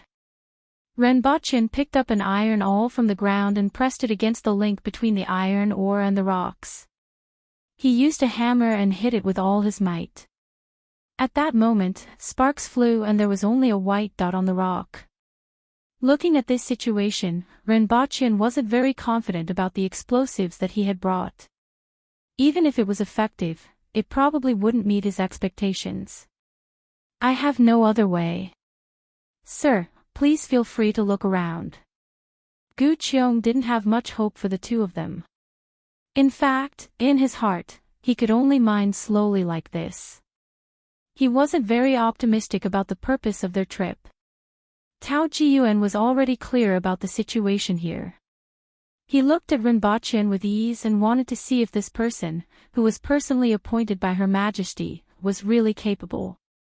After interacting with Renbochin for a few days, she could tell from his words that he indeed had some ideas in some areas. Furthermore, he always said some strange things, but it was useless to just talk. There were plenty of countries that were full of boastful words. He was also a little unconvinced that this person was actually favored by Her Majesty. Therefore, he wanted to see if this person was relying on Her Majesty's favor to be whimsical and deceive Her Majesty with his big talk, or if he really had a way. If he was personally appointed by Her Majesty to be the person in charge with great fanfare and returned with his tail between his legs, it would be interesting. Chapter 161. Renbochin looked at the iron mountain in front of him. He had some doubts in his heart. Was this really a natural product? Compared to a mine, Renbochin was more willing to believe that this was a huge piece of meteorite. Unless, billions of years ago, such a huge piece of meteorite fell on the ground. Then, after many years of tectonic movements, the huge basin that should have appeared here became a plain, and this piece of meteorite became Mount Damo. In Renbachian's heart, this was more likely than a natural product. Otherwise, this iron mountain would be too unusual. Can we make a few holes here? Renbachian pointed to the protruding part of the mountain wall above his head and asked Gu Qiong. The hole was the size of a fist and had to be at least 1.5 feet deep. The rock wall began to protrude about 3 to 4 meters above Renbachian's position. It should be very difficult to mine at that height. However, if he were to make a few holes in that area and use explosives, it was very likely that a big piece would be blown off. After all, he wasn't an expert in explosives. He could only roughly guess where the explosion would be more effective. Sir Deputy Prefect, although I don't know what you are planning, but it is indeed impossible to make such a big hole. At most, I can make a hole that is the size of a fist. Any deeper and we have to dig to the side. Gu Qiong said with a troubled look. Renbachian frowned after hearing this. Gu Qiong's words should be true. However, in this case, it would be very difficult for explosives to be of much use. In this kind of situation, if it was on Earth, there were many ways to think of. For example, using acetylene to cut the rock piece by piece. However, most of these methods either required electricity or gas tanks. For example, he could only bring 1 bottle of acetylene at a time. Furthermore, he had to bring it all the way here. Otherwise, based on the road conditions in Dao, he was afraid that it would blow up halfway. However, if he brought it here, his secret would be exposed to people other than the Empress. This was unacceptable. Bring me around Mount Damo to take a look. Renbachian pondered for a long time. It was better to take a look at the surrounding situation first. There was still some time before the sky turned dark. At the very least, they could take a look at the situation of the Iron Mountain. Renbachian realized that this mountain was indeed like what he had imagined. It was a gigantic meteorite. The structure of this mountain was completely different from the surrounding land. All the iron ores were gathered on the mountain. Furthermore, there were very few plants growing on the mountain. All the plants were weeds and the like, which were relatively hardy. It was likely that the dust accumulated on the mountain over many years had formed a layer of soil on the surface of the mountain. On the way back, Tao Jiyuan asked the frowning Renbachian, Sir Ren, do you have any ideas? I have an idea, but I still have to try to see if it will work. Renbachian was startled out of his thoughts. He raised his head and glanced at him. That's great. Over the years, countless people have tried to find ways to speed up the mining of the iron ore on Mount Damo. They could only use manpower to mine it bit by bit. If Sir Ren has a way, it would definitely be a great contribution, Tao Jiyuan said with a smile on his face. In my opinion, rather than mining here, it would be faster to go out and rob, Gu Qiong muttered. Renbachian rolled his eyes. Wasn't this nonsense? Most of the time, robbing was faster than mining and manufacturing. The problem was it that easy? By the time they returned to the camp, the sky was already dark. The convicts and laborers had also returned like a swarm of bees. They surrounded a few big barrels in the middle of the square and waited for the meat soup. However, very few of them spoke. They had been living like this for many years, and there were very few new convicts being sent over. Renbachian could smell the aroma of the meat soup from afar. The food is good. If they don't eat their fill, they won't have the strength to work. After all, if they don't have enough strength, they won't even be able to chisel a small piece of this iron mountain. Renbachian nodded. Gu Qiong had already prepared a wooden hut for him. Their dinner was also meat soup, but with some wild vegetables and 2 rations. Even for Gu Qiong, this was what he usually ate. This place was in the middle of nowhere. Other than the people who delivered the meat, there wasn't anyone else around. It was impossible to get anything else to eat even if he wanted to. After finishing his meal, Renbochin had a good night's rest. When he woke up the next day, he called Gu Qiong and Tao Jiyuan to his room and said, I have an idea that we should try. Pile a large amount of wood on Mount Damo and then pour water on it. After thermal expansion and contraction, cracks will appear on the metal. This should make it easier to chisel the mountain. Although Renbochin said this, he wasn't optimistic about this idea. After all, transporting a large amount of wood would require a lot of manpower. Even though it would be easier than now, the efficiency would still be too low if the manpower needed to cut and transport the wood, as well as the time needed to set fire to the mountain and wash it with cold water. It wouldn't be much better than now. On the other hand, he had another idea. It was to go back and make a large number of mirrors and concave mirrors. He would adjust the angle of the concave mirrors and aim them at the mountain wall. Then, he would use the mirrors to reflect the sunlight onto the concave mirrors. This way, the metal could be melted into molten iron in a very short period of time through the reflected light from the concave mirrors. After that, it would be much easier to extract and separate the molten iron. Thermal expansion and contraction. What does that mean? Tao Jiyuan didn't know what Renbochin was thinking. He was very interested and curious about his idea. We can demonstrate it. Renbochin pulled everyone out of the house. Start a fire first. Renbochin gave the order. Gu Qiong immediately called someone to get the wood according to Renbochin's instructions. After a while, a fire was started. Renbochin picked up 2 stones and asked someone to use 2 iron awls to roast them on the outside of the fire. The rest of them looked at the instructions and were curious about what he was going to do. After a while, Renbochin estimated that it was about time and asked someone to throw the stones into a bucket of water that was prepared at the side. First, there were some bubbles. After a few minutes, Renbochin reached into the bucket and fished the stones out. There were already a few cracks on them. Renbochin showed the stones to everyone. The rest didn't notice anything wrong, but Tao Jiyuan had a sudden realization and said, I see. This was a very normal natural phenomenon. It wasn't that no one had discovered it. It was just that no one had summarized it or investigated the cause. Therefore, there was no concept of thermal expansion and contraction. Furthermore, no one had thought of applying this phenomenon to Mount Damo. Why is that? Tao Jiyuan asked curiously after a sudden realization.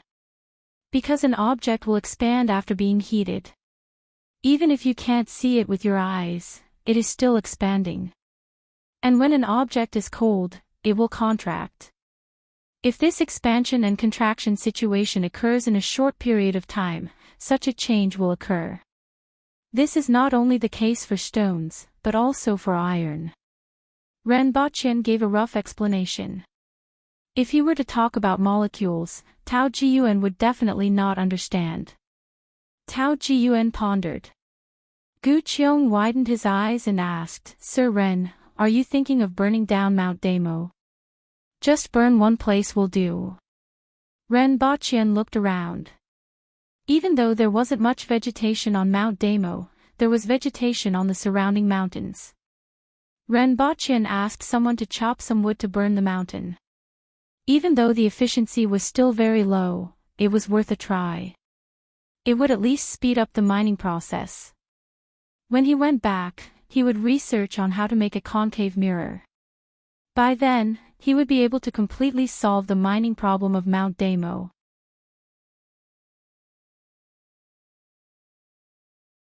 Chapter 162. Sir Ren, do you think this method will work? Tao Jiyuan raised his doubts. Although burning a rock was like that, he still felt that this idea was a bit ridiculous. Not only him, Gu Qiong, Ting Ji, and the others who were listening at the side all had the same thought. We will only know if it's feasible after trying. After all, we don't have any better ideas now, right? Renbochin spread his hands. That's true. Tao Jiyuan nodded. Lord Gu, I'll have to trouble you to arrange it. Next, Gu Qiong selected 100 guards to escort the 300 convicts to a faraway place to chop wood. 3 prisoners were tied together with ropes. 300 prisoners were exactly 100 groups, and 100 guards were just enough to keep watch. Mount Damo was an anomaly. There were many other mountains in the vicinity, and every single one of them was lush and green. Only Mount Damo was barren, without a single blade of grass. The distance needed to cut down the wood was not considered short. After all, the nearby daily cooking was almost done. After a whole day, a total of 30 tree trunks with a diameter of more than 20 centimeters and a length of more than 3 meters were brought back. The prisoners in the mine also stopped digging. They dragged the 30 logs to the platform at the foot of Mount Damo and chopped them into smaller pieces. After working for 2 whole days, a total of 50 tree trunks were dragged back. The ones that were brought back on the first day had been chopped into lumber the size of an arm. Now, all that was left was to burn the mountain. A group of more than 100 people, along with over 20 carts and over 74 corned cows, advanced towards Mount Damo. The 4-corned cow was one of the most commonly used meats in Dao. Its growth rate was very fast, at least 50% faster than the crooked cow. The crooked cow took 5 years to mature, but the 4-corned cow only needed 3 years to mature. However, the taste of this kind of beef was very ordinary. It was relatively dry, which was what the army usually ate. The rest of them were here to deliver supplies to the Mount Damo iron mine. Every 20 days, apart from food, they would also deliver some forged pickaxes, iron awls, and other digging tools. The Mount Damo iron mine had used up a lot of tools. Brigade Commander, look over there. Someone immediately shouted when they saw thick smoke billowing in the direction of Mount Damo as they turned a corner. In Dao, 10 people formed a team. The team leader was a secondary class, rank 9. The 12 squads formed a brigade with a brigade commander, who was a secondary class 8th pin. 5 brigades made up a regiment, with lieutenants ranging from secondary 7th rank to primary 6th rank. Usually, a regiment would have 650 to 700 people, including logistics. The 5 regiments would form an army with 3,300 to 3,800 men. 5 armies for 1 prefecture, about 15,000 people. This was an entire brigade. When the brigade marshal heard this, he raised his head and his facial expression immediately changed. Something has happened at Mount Damo. 2 of you will go back and report. 1 of you will guard this place. The rest of you, put down your things and follow me with your weapons. Once the order was given, everyone threw aside the things they were carrying. With one hand tightly holding onto the long sword, they marched quickly towards Mount Damo. The brigade commander frowned as he advanced. How could something happen to Mount Damo? Could it be that the prisoners were rebelling? But even if they rebelled, the 300 guards there were enough to defeat them. In fact, they didn't even need 300 people. 200 people would be able to completely defeat them. So what's with this thick smoke? This was clearly arson. As he was thinking and worrying about the situation at Mount Damo, the brigade marshal and his men traveled 60 kilometers in 4 hours and arrived at the foot of Mount Damo in a hurry. However, it was different from the chaos he had imagined. The guards at the foot of the mountain were still standing there quietly as if nothing had happened. What happened? The brigade marshal asked hurriedly as he looked up at the thick smoke above. It was like a pillar of smoke, and the smell of burning could be smelled from here. Nothing happened. Everything is normal, the guard immediately answered. The brigade marshal was relieved when he heard this. Then, he was dumbfounded. Since nothing happened, what was going on up there? Brigade Marshal Xing, you will know when you go up and take a look. The guard didn't understand the details and said, they said that they want to burn Mount Damo. Burn Mount Damo? How could this be possible? Wasn't this nonsense? When the brigade marshal heard this, he thought about how he and the others had rushed over here because of this matter, and he couldn't help but feel angry. Go back and send the supplies here. In addition, get someone to chase those two back. I will go up and take a look. After saying this, Brigade Marshal Xing wiped the sweat off his forehead and hurried up the mountain. At this moment, Renbaqian and the others stood in front of the wooden house and looked at the fire in the distance. A large amount of wood was burning there, and the soaring flames made it difficult for people to approach. General Xing Kaishan pays his respects to all of you. Xing Kaishan's eyes narrowed when he saw them. What surprised him the most wasn't the rank of Renbaqian and Tao Jiyuan, but the fact that he actually saw the winged cavalry here. One had to know that the winged cavalry were the Empress's personal guards and wouldn't be easily mobilized. Who were the people who came this time? This is Imperial Deputy Prefect Ren, Sir Tao from the Ordnance Department, and Sir Ting Ji from Lan City. Kaishan, you should have arrived by now. Why are you here alone? Where are the things? Ting Ji stretched his neck and looked into the distance. Other than Kaishan, there was no one behind him. Kaishan didn't know whether to laugh or cry. Sir Gu, I saw the smoke pillar from afar and thought that something had happened. I rushed here and left the things behind. They are now back with the convoy. Gu Qiong burst into laughter upon hearing this. After a while, Kaishan carefully asked, Sir, what are they doing? That Deputy Prefect Ren said that they were going to heat it up and pour some water on it to see if it would crack. Gu Qiong stroked his beard and turned his head. This iron mountain is full of iron. Isn't this quenching? Xing Kaishan was puzzled. Even if he didn't know how to forge iron, he had more or less heard of quenching. Wasn't it just putting the forged iron into water? What was the difference between this and quenching? That's right. Gu Qiong slapped his thigh. Why didn't I think of this? Sir Ren, isn't this quenching? Gu Qiong turned his head and shouted. Renbaqian nodded after hearing what he said. Quenching has a special process and requirements.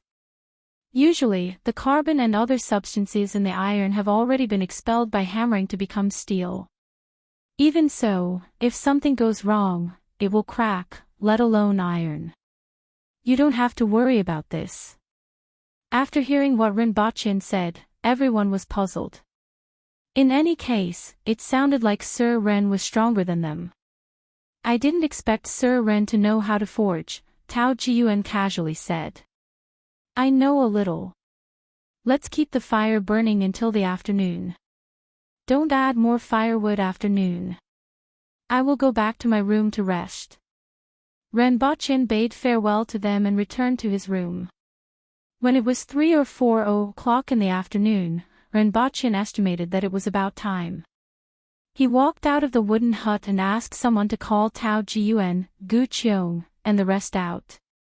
After the fire started to die down, Renbaqian instructed, get some water and pour it directly on Mount Damo.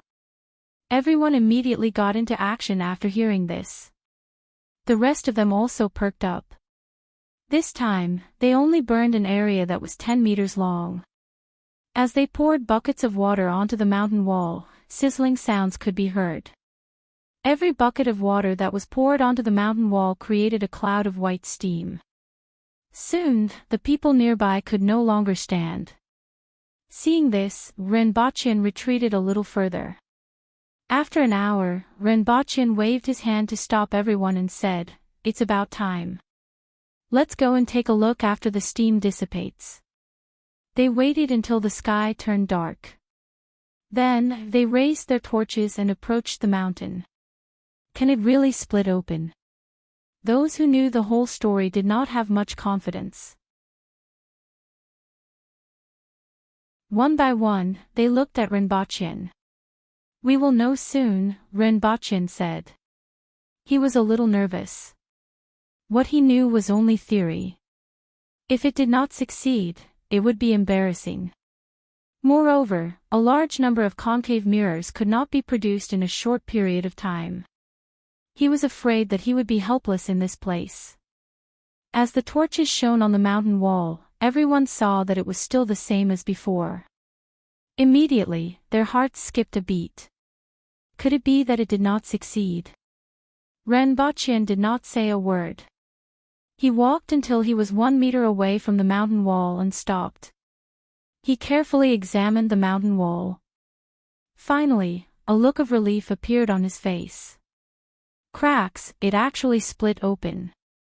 Gu Qiong walked to Renbochin's side and carefully examined the mountain wall. Immediately, he shouted in surprise. Under the light of the torches, the mountain wall of Mount Damo was covered with small cracks. Although the cracks were not very big, the speed of mining along the cracks would be at least 2 times faster.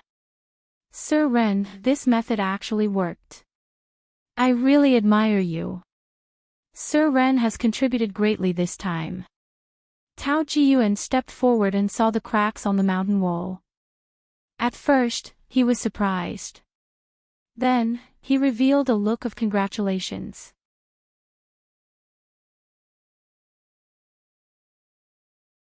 Chapter 163. Renbochin sat on a chair in a daze. This was a shady place and the surrounding temperature was as hot as a fire. According to the season of Great Xia, it was already late autumn, but the weather was still extremely hot. Clanking sounds of chiseling could be heard from Mount Damo in the distance. After burning the mountain yesterday, hair-thin cracks appeared on the mountain wall. Gu Qiong and Tao Jiyuan were overjoyed. They felt that they had found a way to excavate Mount Damo. However, Renbochin was not as optimistic as the two of them. He reckoned that only the surface of the mountain had changed. Of course, this was because both parties had different requirements. Renbochin wanted to obtain iron ores that could be used to forge weapons for the 20,000 soldiers. Dayo's standard thick-backed sabers were not the kind that ordinary people used. Each saber weighed about 20 kilograms and required at least 22 kilograms of iron ores. On Mount Damo, 1,000 prisoners could only mine 80 kilograms of iron ores in a day, which could only be used to forge 4 sabers. After 2 years, they would only be able to forge about 2,000 ores. Furthermore, all of these ores would be used by the army. One had to know that Dayo didn't only require weapons for the army. It also required hunters in the mountains and ironware for daily use. Renbochin did not go to Mount Liuzue, but he had asked Tao Jiyuan about it. It was located in the mountains and the mountain paths were difficult to traverse. Even though mining was much easier, transporting the ores was also a big problem. What could a country with a population of 30 to 40 million people produce 10,000 to 20,000 kilograms of iron ores in a year? Sir, today's ores weigh at least 400 to 500 kilograms. This is the amount that was mined in the past 4 to 5 days. Renbochin did not know when he fell asleep. He was woken up by Gu Qiong's loud and excited voice. Oh. 400 to 500 kilograms. Renbochin rubbed his eyes. Starting a fire would take a day, then watering the ores. After that, it would take another day to mine the ores. Then bring out more wood. It would be best to mobilize some manpower from the surrounding cities to transport the wood. Then, we will burn the mountains separately. One day on the east side and one day on the west side. We will take turns burning the mountains and mining. This will increase the efficiency. Renbochin stretched his body and said. He wondered what the surrounding mountains would look like in a few years. After all, if they wanted to burn this iron mountain for mining, the amount of wood consumed in a year was not a small amount. However, the growth of trees took 10 years. Moreover, with the decrease in the surrounding wood, if they wanted to maintain this mining speed in the future, they would need to send wood from afar, and that would require even more manpower. Let's leave it at that for now. I'll go back and study that concave mirror. Sir Ren is right. Tao Jiyuan saw that Rinpochen had doubled the output of the iron ore in just 1 or 2 days. Furthermore, if Rinpochen had done what he said just now, the output would have increased by 3 or 4 times. He immediately felt some admiration for him. However, I'm afraid this matter will require His Majesty's orders. Let's go take a look. Rinpochen got up and asked Gu Qiong to lead the way. They went to the foot of Mount Damo to study and observe. As expected, it was just a thin layer. The length of half a finger was about 3 centimeters. Physician Tao, I'll have to trouble you to submit a memorial to Her Majesty and explain the situation here, Rinpochen said as he turned around. During dinner, Tao Jiyuan and Gu Qiong's faces were still filled with excitement. Rinpochen didn't want to disturb their enthusiasm and just said, I'm going to have a good rest tomorrow. Don't disturb me no matter how big the matter is. You don't have to prepare food for me either. Yes, Sir Ren. After bidding farewell to them, Rinpochen returned to his room and returned to Earth when everyone was about to fall asleep. It was evening on Earth. Rinpochen first turned on his computer and searched for the news that he had read before. He typed in the keywords and quickly found more than one. 70 years ago, someone had done such an experiment. The first 50 kilowatt solar furnace made of liquid mirrors could melt a steel plate that was 1 centimeter thick in 30 seconds. 50 years ago, a laboratory was built using 10,000 concave mirrors. It could reach a power of 1,000 kilowatts and instantly reach a temperature of 3,500 degrees Celsius. The melting point of iron was only 1,538 degrees Celsius. Therefore, there was no need for such a large mirror. It just needed to be a little smaller. In a video on the internet, a foreign guy used 5,800 fingernail-sized mirrors to melt a satellite pot lid. All these proved that Rinpochen's previous idea was feasible. It didn't need to be as big as the foreign laboratory. It only needed to be 1/10 the size. It could even be divided into 10 parts and assembled together. After all, it was just to melt the wall of Mount Damo. There wasn't a high requirement for precision. As long as the focal point was within a certain range and the temperature within that range was sufficient, it would be sufficient. That night, Rinpochen contacted a physics professor from a university in the city through Chongqing. They met up the next day and Rinpochen told him his request. He needed a solar furnace that could be made of concave mirrors that could be moved and angled. It could melt steel that was 300 to 400 meters away. The other party needed to provide him with a solar furnace that could be carried by a single person. He also needed to make molds for the concave mirrors in Dayo and a series of installation plans for the concave mirrors. To Rinpochen, this was very troublesome. However, to the other party, this matter was very simple. After all, Rinpochen didn't have high requirements for precision. He could even throw it to his students and the remuneration was 500,000 yuan. After settling this matter, Rinpochen rested for 2 days before returning to Dayo. Mount Liutsue was actually on the outskirts of the 60,000 mountains on the west side of Dayo. However, to reach the location of the iron ore mine, one would need to walk for 2 days. Furthermore, the mountain road was very difficult. It was the biggest difficulty in transporting the iron ore. A few days after leaving Mount Damo, Rinpochen walked on this mountain road. When he first entered the mountain road was still all right.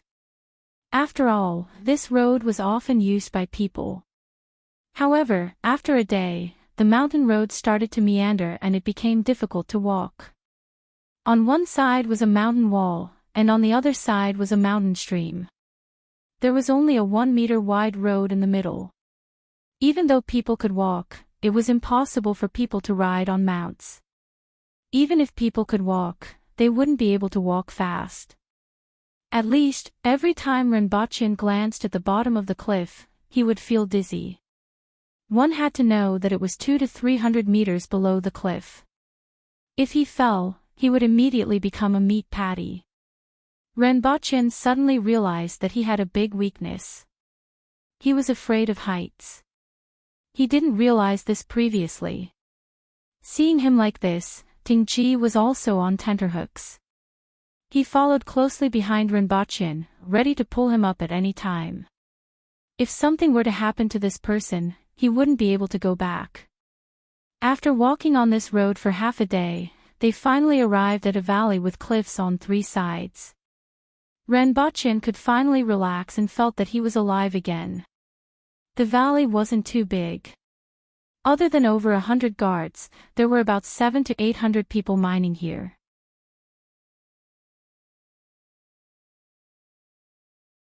Chapter 164. In the valley where Mount Liuzue's iron mine was located, the ground was so hard that not even weeds could grow. Not long after entering, there were a few rows of wooden buildings. There were no fences or anything like that around them. Most of the people here were aboriginals. After mining here for a few years, they would be released early. Usually, no one escaped, and the guards were not strict. Renbochin had already stayed here for 2 days. Every day, he would use a piece of cloth to cover his face and walk around. There was too much dust in the valley. All of it had drifted over from the mines. When one woke up, they would find that their surroundings were covered in dust. The quality of this iron ore mine was average, but it was easy to mine. It was currently the most productive iron ore mine in Dayo. Although it was not much compared to the iron ore on Earth. For the past 2 days, Renbochin had been pondering how to make transportation easier. As long as the supply and the transportation of ores could keep up, the output of the iron mine could increase by several times or even more. The valley was surrounded by cliffs on 3 sides, and one of them was the narrow path. Regardless of whether it was the ore being transported out or the supplies being transported in, they all passed through this path. On the other side was a deep mountain stream. There was a stream at the bottom, but after a short distance, it flowed into the ground. As for the other 2 sides, they both led to the 60,000 mountains, and it was not easy to get in and out. It was not realistic to open a path from this side. At first, Renbochin considered using a cable to transport the weapons. However, if Dayo had the steel to make cables, it would have been used to forge weapons. Furthermore, the materials required for the cable could only be produced in Dayo in a few years. Moreover, the support required for the cable was something that was difficult to build in this world. As for the rope, there was no need to think about it. It would wear out too quickly, and it was not practical to use it to transport ores. In addition, Renbochin had also considered using hot air balloons. However, considering the difficulty of manufacturing hot air balloons and the amount of fuel required, he was afraid that the transportation speed of 2 or 3 hot air balloons wouldn't be much faster than the current method of carrying people. Not to mention the airflow in the valley, hot air balloons were never meant to be used as a means of transportation. No matter how he thought about it, the only possibility was to open a tunnel. Renbochin pointed at the mountain in front of them and asked Tao Jiyuan, "Have you ever thought of opening a hole on this mountain that leads directly to the other side?" "Shoot, Sir Ren, just think about it and don't say it out loud," Tao Jiyuan said nervously. "What's wrong?" Renbochin was astonished. "It said that there's an unknown existence in this mountain. In the past, the Han nation also wanted to dig through this mountain, but it would collapse after digging for a few hundred feet. They dug a total of 3 times. The 3rd time, they angered the existence inside the mountain. Not only did the miners die, but the 2,000 soldiers outside also died. Not a single person survived. From then on, the Han nation never thought of digging up the mountain again." Renbochin looked at Tao Jiyuan suspiciously. "Was it really that scary? How many years has it been?" "Really?" Renbochin found it hard to believe. "It's been 100 years, but no one dares to touch this mountain." Tao Jiyuan smiled bitterly. Renbocchen thought about the Kirin that he had seen before.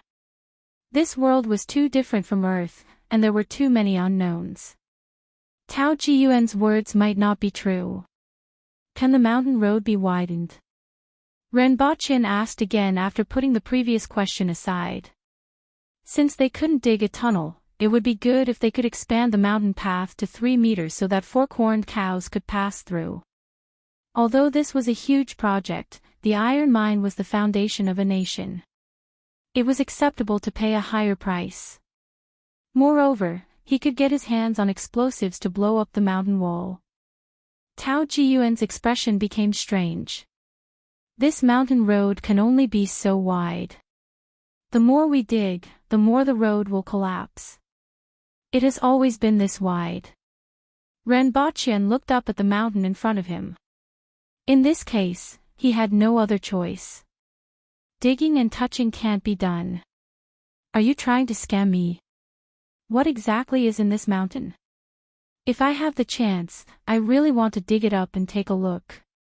However, this idea was just a thought. Renbocchen wasn't someone who liked to take risks and court death. In this case, there's no point for us to stay here. Let's leave tomorrow. Renbocchen sighed. This time, I'm just accompanying Sir Ren to take a look. Tao Jiyuan laughed. If Renbocchen didn't want to take a look, he wouldn't have come here. Is it okay to dig here? Renbocchen asked again. If we dig here, we won't care about the thing inside, Tao Jiyuan said directly. But I still don't like this place. Renbocchen nodded. His hair stood on end when he heard what Tao Jiyuan said. In any case, there was already a plan for Mount Damo. Transportation there was convenient. As long as he could use the solar furnace to melt the iron mountain, he would be able to obtain enough iron in a short period of time. His purpose for coming here this time would be achieved. He would explore Mount Liuzue in the future when he had the opportunity. The two of them stood there and looked for a while. Renbocchen decided to go back and rest for a night before setting off. On the way back, he saw the guards pulling 2 crooked cows in the direction of the 60,000 mountains and walking up the mountain. Renbocchen had seen them kill cows a few times over the past 2 days, but they had never brought the cows so far away. As a result, he was puzzled and asked, "What are they doing?" Tao Jiyuan thought for a while and called a guard over to ask. "The Bichi is going down the mountain. These are prepared for it. After eating these 2 cows, it won't come down to eat anything else," the guard said to the 2 of them. "What's a Bichi?" Renbocchen asked curiously. In his impression, the aboriginals would just pick up a knife and slash anything they saw. When had they ever paid tribute? Tao Jiyuan revealed a look of realization and said, "So it's a Bichi. It's a ferocious beast in the 60,000 mountains. It looks like a mountain rat, has wings, and can run and fly. Furthermore, it's as fast as lightning. Even experienced hunters in the mountains would find it difficult to kill it. Instead, it would find an opportunity to launch a sneak attack." Sir is right. The Bichi will come down the mountain twice every spring and autumn. If it can't find anything to eat, it will attack the other cows here and bite all of them to death. If it is beaten, it will find an opportunity to retaliate. As a result, 2 cows are placed on the mountain every time. After it eats them, it won't come down, the guard said. At first, Renbocchen thought it was a bat, but he realized it wasn't. It seemed like it was a creature unique to this world. Its vengeful nature was similar to that of a weasel. "Can I see it if I find a place to hide?" Renbocchen asked curiously. He was somewhat interested in this kind of strange animal in this world. "Sir, it's better not to see it. It's said that those who see the Bichi will encounter disaster. It's extremely accurate."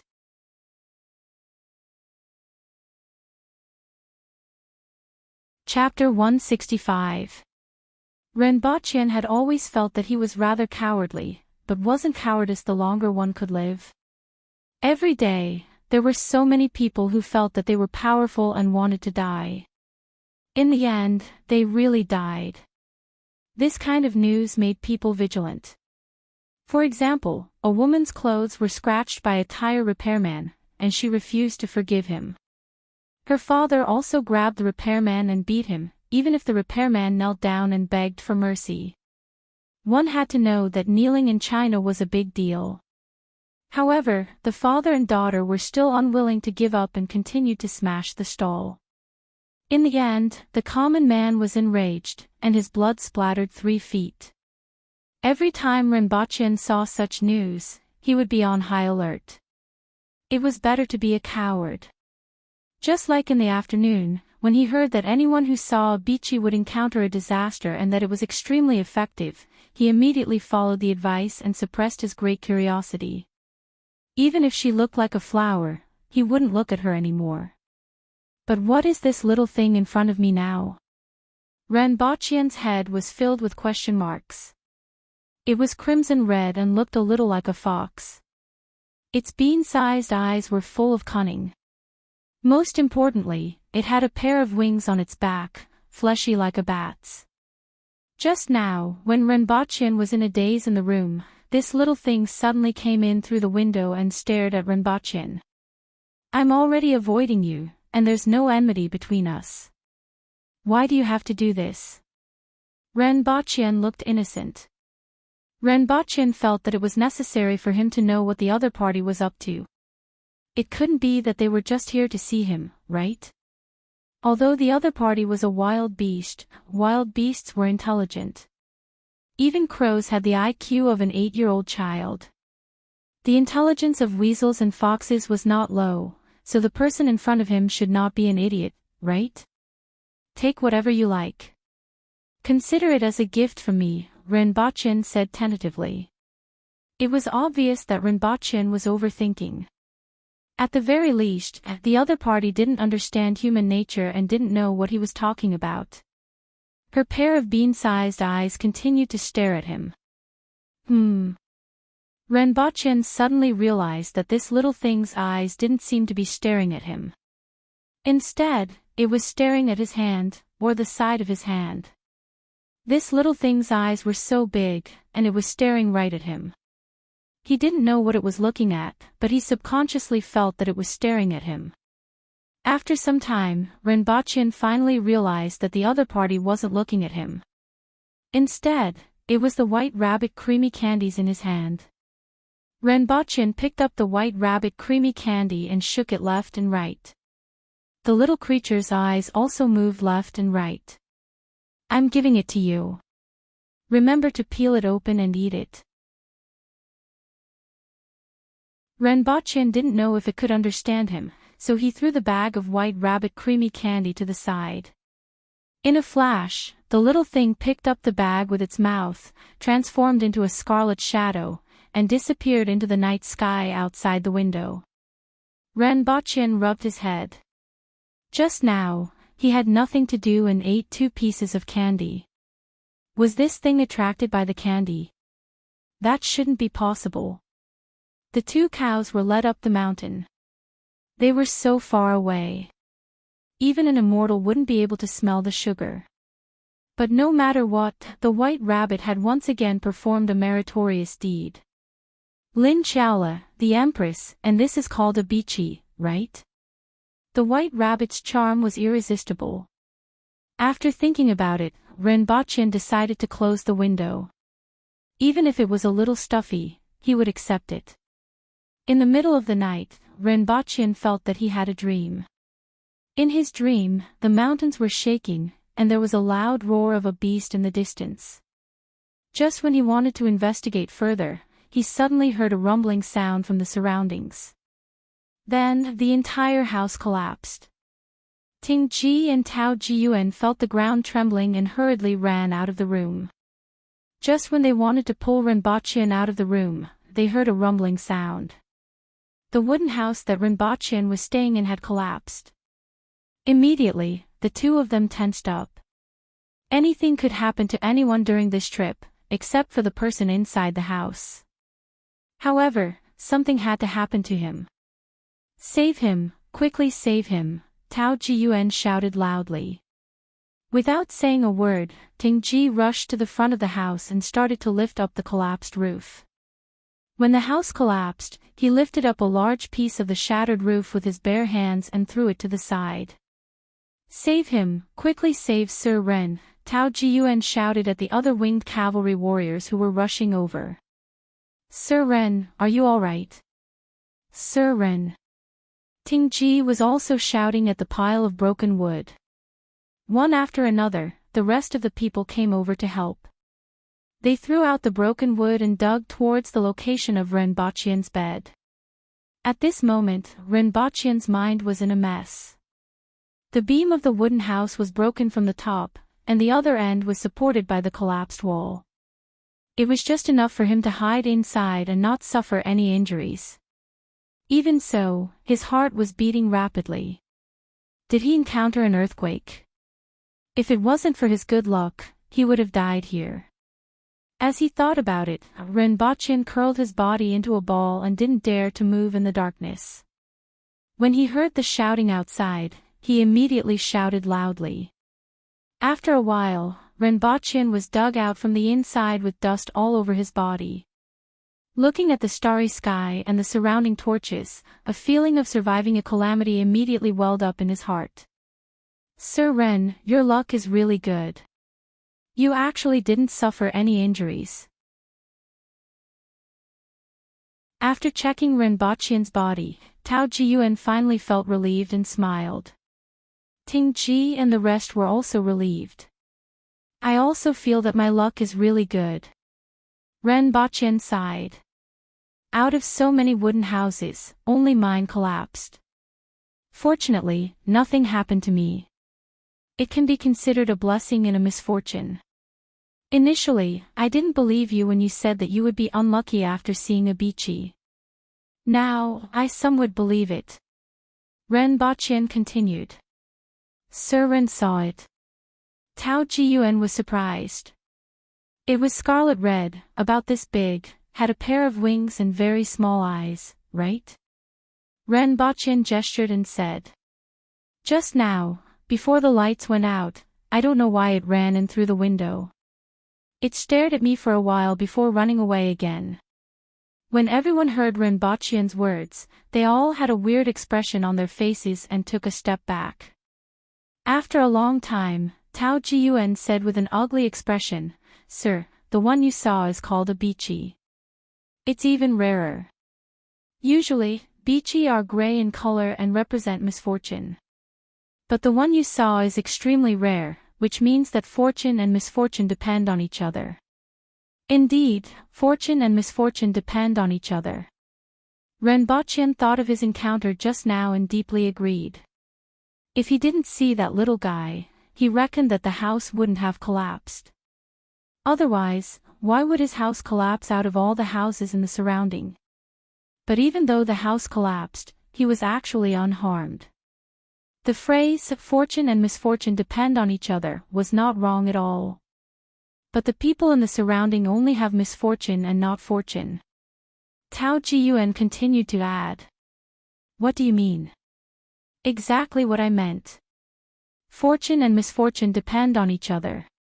But during this period of time, the people around you will only encounter misfortune and not fortune. Tao Jiyuan's expression was ugly. Ren Baqian looked at the surrounding and finally understood why the people in the surrounding retreated. He also understood why Tao Jiyuan and Ting Ji's expressions were so ugly.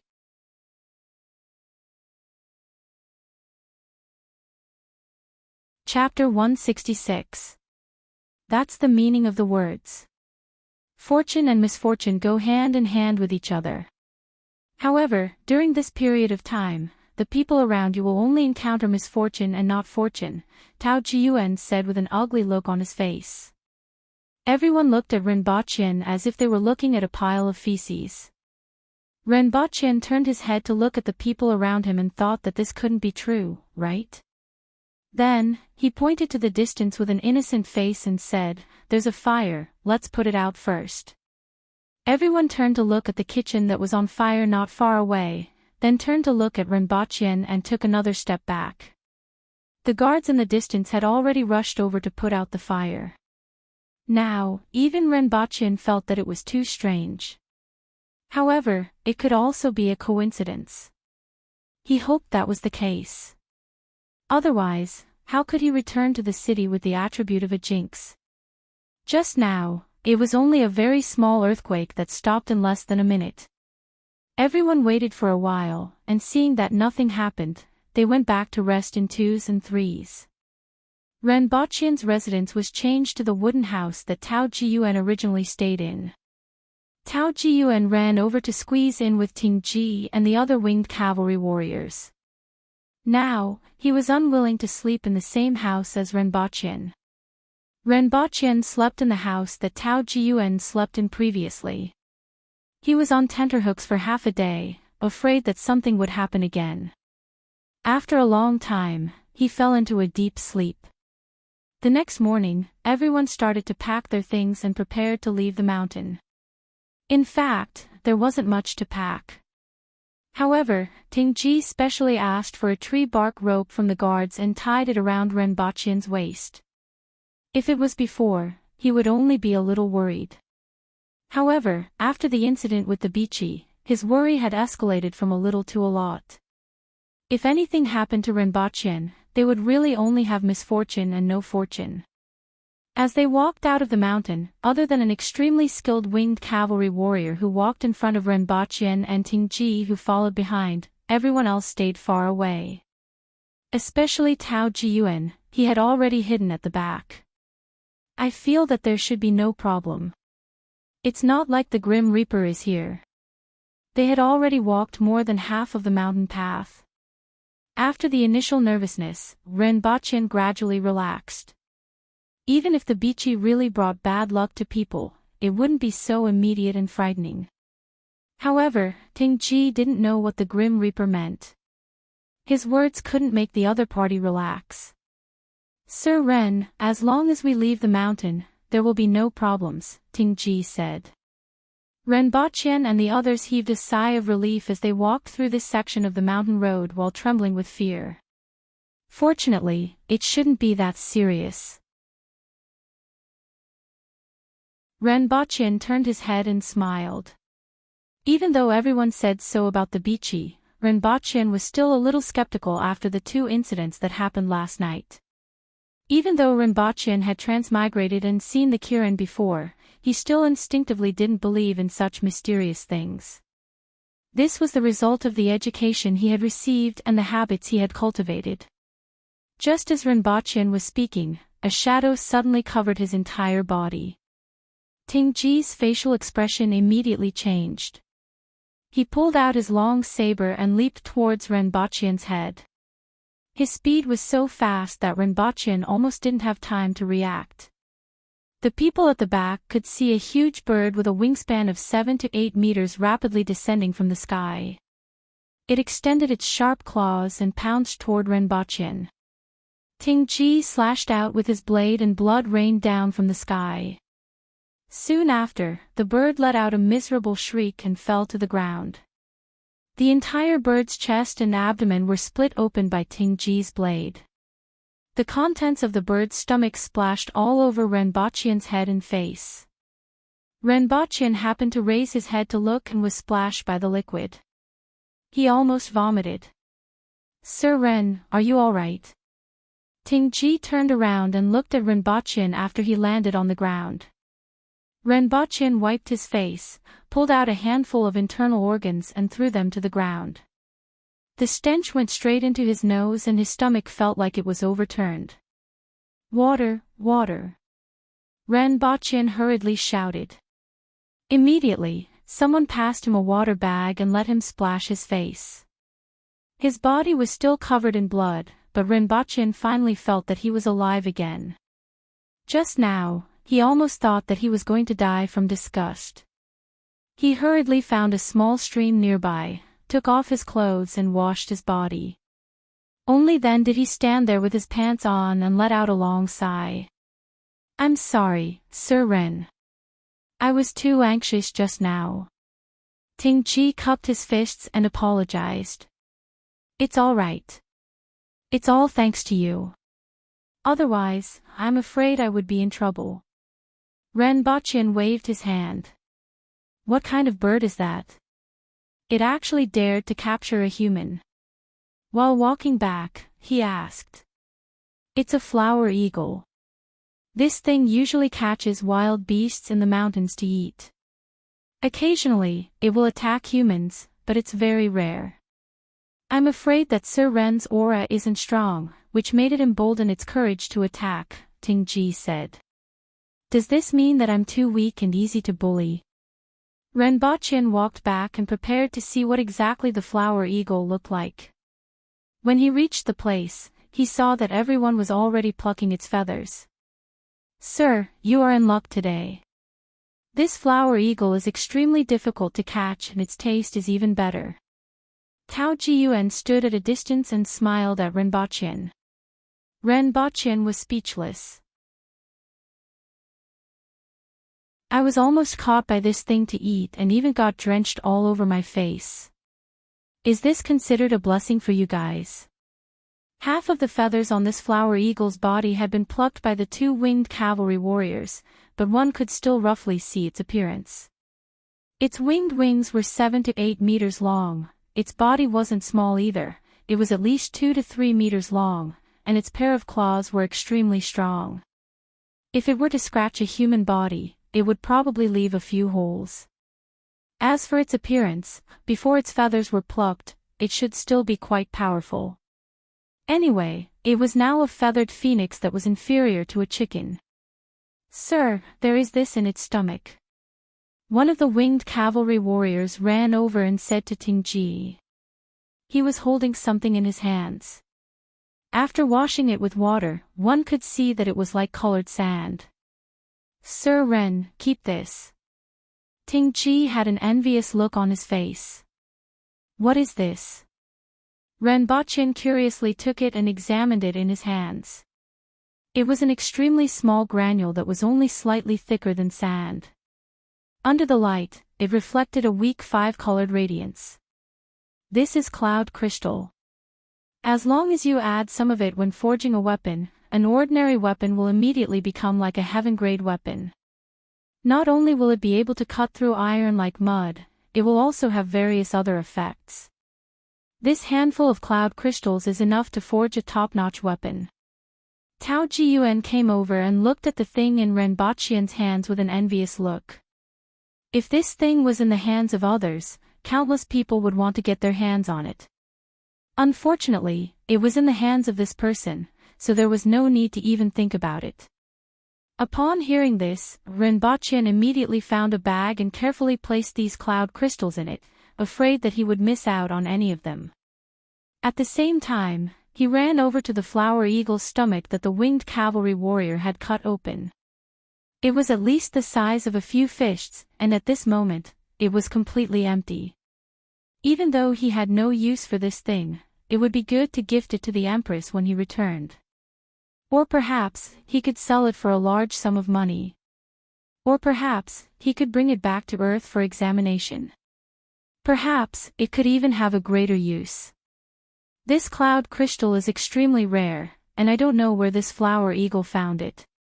Perhaps, it swallowed it into its stomach to aid in grinding and digesting its food. If we know where it found this cloud crystal, we might be able to find even more of it, Ting-ji said somewhat regretfully.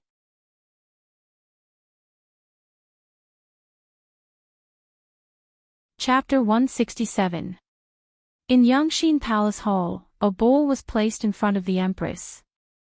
There were medicinal herbs and other things in it. It was emitting a very strong bitter smell. Just a whiff of it would make one frown. The bitterness of a single ingredient in this medicinal cuisine was enough to cover up all the other flavors. Thus, no matter what was done, only bitterness would be emitted in the end. After drinking a bowl of medicinal cuisine, the Empress's face turned slightly red. Her stomach felt as though it was on fire, giving off a scorching sensation. After a while, the warmth began to spread throughout her body. The Empress opened her eyes, took the candy from Hong Wan, and put it in her mouth. "Let him in," the Empress said coldly. After a while, Feng Ho quickly entered the hall and bowed. "Greetings, Your Majesty." "Let's see." The Empress used two of her fingers to pick up a piece of paper that was placed at the side. She transformed into a white line and flew in front of Feng Ho before she suddenly slowed down and was caught by him. Feng Ho lowered his head and looked at the contents of the paper. It was a report on the mining situation of Mount Damo after it had cooled down. "It's actually possible," Feng Ho exclaimed after seeing the results. Just this alone was enough to increase the production by 2 or 3 times. If 2 or even 3 locations were to take turns burning the mountain and more people were sent to mine, the production could increase by 4 or 5 times. The daily output of 400 to 500 kilograms of iron ore was enough to forge more than 15 weapons. In a year, it would be around 5,000 weapons. In 2 years, it would be 10,000 weapons. For the current Dao, it would be able to solve its urgent need. In this way, only half of the weapons for the new army of 20,000 were left. Apart from using part of the iron ores in Mount Liuzue for civilian use, some of it could also be used to forge weapons. In this way, the shortfall would be even smaller. Through some clans in the Yun Nation and the Qin Nation, they would be able to make up for most of the remaining iron ores. The real shortfall would not be much. Congratulations, Your Majesty. It is truly fortunate to have such a good thing at such a time. Deputy Prefect Ren has made a great contribution this time. I will request for a reward for Deputy Prefect Ren, Feng Ho said with a delighted look on his face. Ren Baqian had actually increased the output of Mount Damo's iron ore by so much. This was really beyond his expectations. That Deputy Prefect Ren seemed to have some ideas. In that case, even if he came to the Department of Ordnance to stir things up, he wouldn't be able to make any suggestions. It's good that you are aware of this matter. I will issue an order to mobilize manpower to cut down the trees and transport the materials. You will be in charge of the arrangements. Don't delay this matter, or else you will be severely punished, the Empress said coldly. This subject obeys, Feng Ho replied. After Feng Ho left, the Empress said, "Call Hong Bao over." After a while, Hong Bao carried a cloth bag and walked into Yangxin Palace Hall with large strides.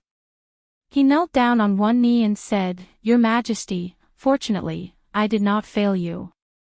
At the same time, he opened the package to reveal a box. It was filled with lime powder and a human head.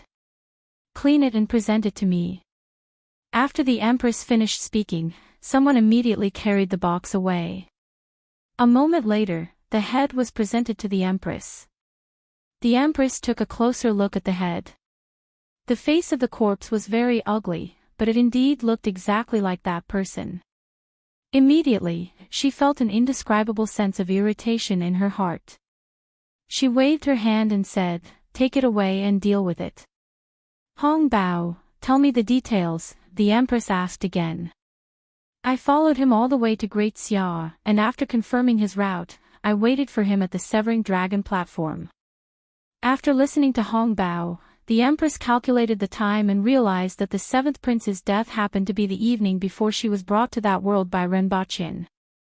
This time around, 50 winged cavalry warriors followed Renbaqian, Ting Ji, and Tao Jiyuan into the Mount Liuzue iron mine. There were a total of 53 winged cavalry warriors including Renbaqian, Ting Ji, and Tao Jiyuan. At this moment, most of the winged cavalry warriors had already dispersed.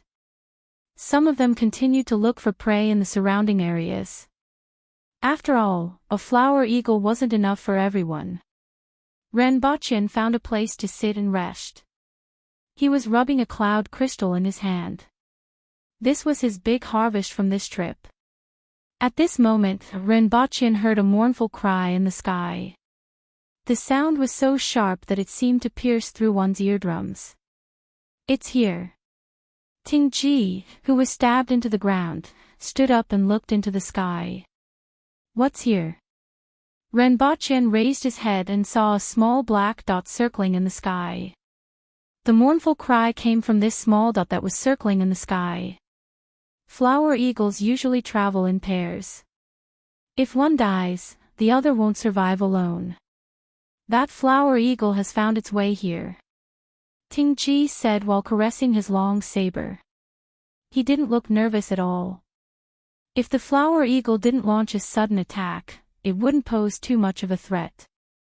In fact, a flower eagle wasn't considered a powerful creature in the 60,000 mountains. It was just relatively rare and difficult to catch. Some of the surrounding people raised their heads to take a look.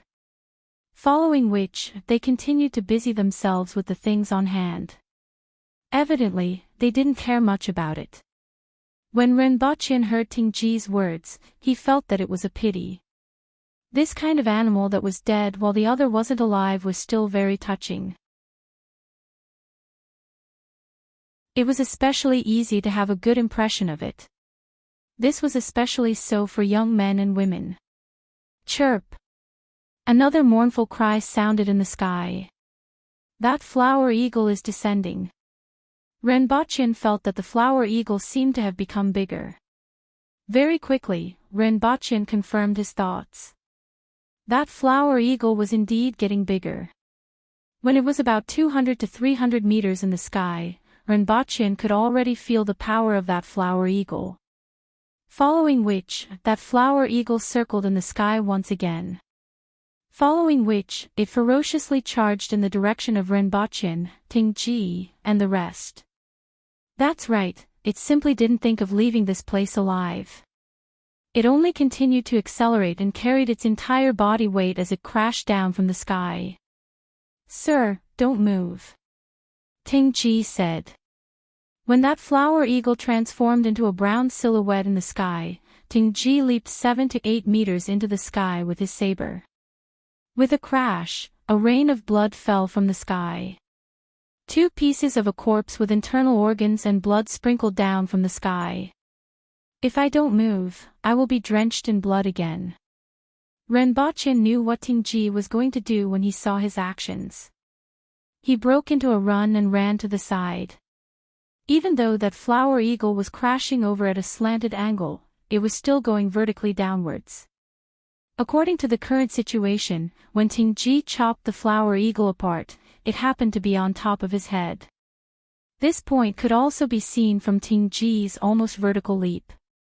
However, Renbachien, who had run 4 to 5 steps away, turned his head and saw that half of the flower eagle's body whizzing towards him.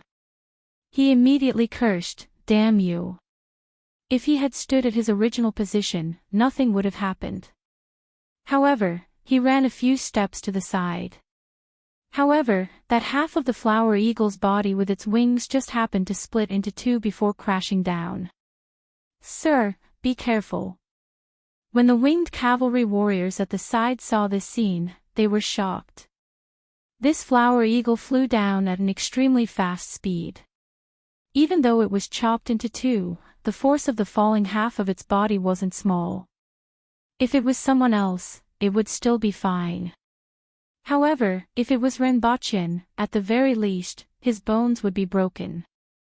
A few of the winged cavalry warriors leaped up and pounced towards where Renbachien was standing. One of them leaped into the air and kicked the falling flower eagle's body. Blood immediately blossomed. That part of the flower eagle's flesh was directly smashed by his kick, but half of its body was also sent flying to the side. Phew! Everyone heaved a sigh of relief. Thank you, brother. Renbachien wiped the blood off his face and thanked that winged cavalry warrior. He then hurriedly ran to wash his hair and face. When he came back, the flower eagle's stomach had already been cut open. Is there any? Renbachien asked anxiously.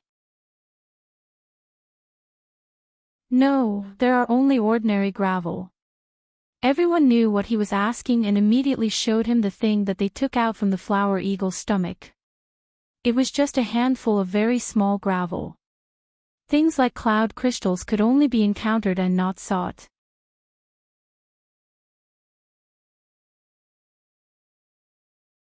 Chapter 168. He had to admit that the flower eagle's meat was indeed fresh and tender. Furthermore, it was roasted over a fire, and its fragrance assailed his nostrils. He felt warm all over after eating it. It was said that the flower eagle's meat was very nutritious. It was a pity that the 2 flower eagles could only be eaten by everyone. Otherwise, Rinpoche would have kept one piece and stored it in the fridge on earth for future consumption. Outside the mountain, everyone found a small town to rest for a day. Rinpoche then made use of this time to return to earth. First, he asked the physics expert about the progress of the solar furnace. The small one that could melt a small piece of iron in a short period of time was already halfway done and would be ready in a few days. Rinpoche was relieved after confirming that he would be able to get it after returning to Lon City. He then drove straight home. It had been 4 to 5 months since he last went home. He didn't even go back for the new year, so he had to go back to take a look. His home was still the same. The only change was that his father had bought a new car for 200,000 yuan, which was considered to have fulfilled his long-cherished wish. As for the rest of the money, it was still being saved by his parents. If Rinpoche was short of money in the future, he could take it out or save it for Wanyan's wedding. Who was that girl last time? Rinpoche accompanied his father to drink some white wine during the meal. After 2 glasses of wine, his father mentioned the girl in red that he saw that day again. Not only him, but Mama Ren and Ren Wanyan also pricked up their ears. I have said that I am a business partner. I had something to discuss with you the last time. Don't think too much about it. If I have a girlfriend, I will bring her back. Rinpoche's face didn't change as he spouted nonsense. Rinpoche thought about how he was still an honest young man at this time last year. Now, he could spout nonsense without batting an eyelid. Fate really made a fool out of people, and public morals were degenerating day by day. After staying at home for 2 days, Rinpoche returned to his rented house and returned to the other world. Are you ready? Let's go. Rinpoche pushed open the door and said to everyone waiting outside. A few days later, Rinpoche looked at the lofty city wall that was getting closer and closer. He was finally back. This time, he had been away for more than half a month. He basically ran around every day and could only rest when he returned to Earth. He was already tired. Furthermore, he somewhat missed that person in the palace. The winged cavalry warriors sandwiched the 2 carriages and entered the city. Rinpoche put down the curtain, leaned against the bumpy carriage, and closed his eyes to rest. In a shop not far away, a person was looking at the winged cavalry and horse carriage entering the city in the middle of the road. After sizing them up for a long time, he went out and turned into an alley at the side. After making a few more turns, he finally arrived at a courtyard. The courtyard was silent. After he knocked a few times on the wall inside the door, a few young men with indifferent expressions walked out of the room. That person is back. The carriage has just entered the city. There are others. There's also a group of 100 Qi Zixiao's winged cavalry warriors guarding the left and right. He was protected by the winged cavalry when he came out this time, which shows how much Qi Zixiao values him. I don't know when he will come out of the palace again, and I'm afraid he won't come out alone. It's better to take a risk. In any case, there's no way we can return alive from this mission. Even if it's a risky move, I still need to be able to kill him. He's just an ordinary person. Even with the winged cavalry, our 4 repeating crossbows can turn him into a hedgehog in a split second. It's too hasty to chase after him now. Continue to monitor him and wait for the next time he comes out. Kill him in one shot. Finally, a person who had been silent all this while spoke up. The others nodded and didn't argue anymore. However, in this unfamiliar city, especially when the surrounding people were mostly different from them. It was indeed difficult to keep an eye on the other party without being suspected. As for life and death, they were all men of sacrifice and didn't intend to return alive. All they wanted was to drag the target down with them. When the convoy stopped in front of the palace, Rinpoche got off the carriage and stretched his body. Then, he saw the palace gates open and an imperial bodyguard shouted, "Imperial Deputy Prefect Rinpoche, Director of the Ordnance Department Tao Jiyuan, and Captain of the Winged Cavalry, Ting Ji, please enter the palace for an audience." Rinpoche walked in the familiar palace with light footsteps. He had achieved half of his objectives this time and also brought a gift for the Empress at the same time. It wasn't too bad. The only bad thing was that he didn't know what the situation was. In the throne room, the Empress sat on the seat of honor and looked down at the few of them. She asked about the things that happened along the way and then waved her hand to let the other two leave. "You saw the Bichi." The Empress frowned and looked at Rinpoche. "Yes." Rinpoche nodded his head. This was what he said just now. It was better to say it himself than to let others say it. Looking at Tao Jiyuan's posture, it seemed to be quite serious. However, nothing happened during the past few days and Rinpoche was relieved. However, when the Empress asked him about it, his heart was in his throat again. "Forget it, be more careful in the future." The Empress sighed and said, "Follow me and tell me about the things that happened along the way." Rinpoche followed the Empress to the garden and sat down in the pavilion. Along the way, Rinpoche told her about the things that happened along the way. In fact, there wasn't much to talk about. He mentioned a few things about Mount Liutsue and wanted to hear what the Empress had to say about the thing in the belly of the mountain. After listening, the Empress played it down and said, "In the past, there was a legend that there was a monster in there. The first emperor went there before but returned with serious injuries. Since then, the thing in there has been a taboo, and I am not very clear about it. If there is a chance in the future, I would like to see what exactly it is." According to the legend, the thing in there has existed for at least 1,000 years. Rinpoche was speechless. There was actually something in there. It was really hard to imagine that it had existed for more than 1,000 years without dying. Could it be that something like the Kirin was in there? Rinpoche suddenly thought of a question that he had never asked before. He had never thought much about it before. However, if there was something in this world that had existed for more than 1,000 years, Rinpoche suddenly felt that the lifespan of the people in this world was very likely to be different from that of the people on Earth. At the thought of this, Rinpoche raised the question. The Empress looked at him in surprise and said, "You actually don't know. Ordinary Aboriginals have a lifespan of about 70 to 90 years.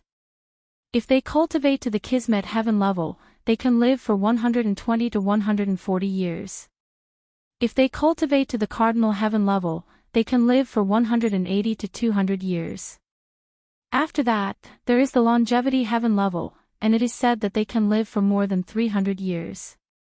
The first generation emperor cultivated to the longevity heaven level, but he only reigned for 20 years before his whereabouts were unknown. Kismet heaven, cardinal heaven, and longevity heaven were actually the cultivation realms of the Aboriginals. In front of them was the four-way heaven. As long as ordinary Aboriginals reached adulthood and practiced a little, they could reach the four-way heaven level, which was equivalent to the Man-Will level. Compared to the Great Xia practitioners, there was only one Man-Will expert out of 100. This was a huge advantage. Kismet heaven was equivalent to the Earth-Will level to the Heaven-Will level because the Heaven-Will level was also known as the path to heaven. As the name suggested, if one couldn't make it, one would fall back to the peak of the Earth embryo stage. The cardinal heaven level was equivalent to the Spirit-Will level. As for the longevity heaven level, it was already a legendary level. It was said that Great Xia also had other levels above the Spirit-Will level, but ordinary people didn't know about them. In fact, the Aboriginals were much stronger than the practitioners from other countries at the same level. This was completely brought about by the strength of their bodies. Rinpoche had learned about these classifications from Lin Chaola when he was learning revisualization, but he didn't expect that the lifespan of the Aboriginals would be so much longer than that of the people on Earth. He originally thought that the Aboriginals would at most live for about 100 years. Based on this calculation, Rinpoche was shuttling back and forth between the other world and the real world. Furthermore, the time period wasn't equal.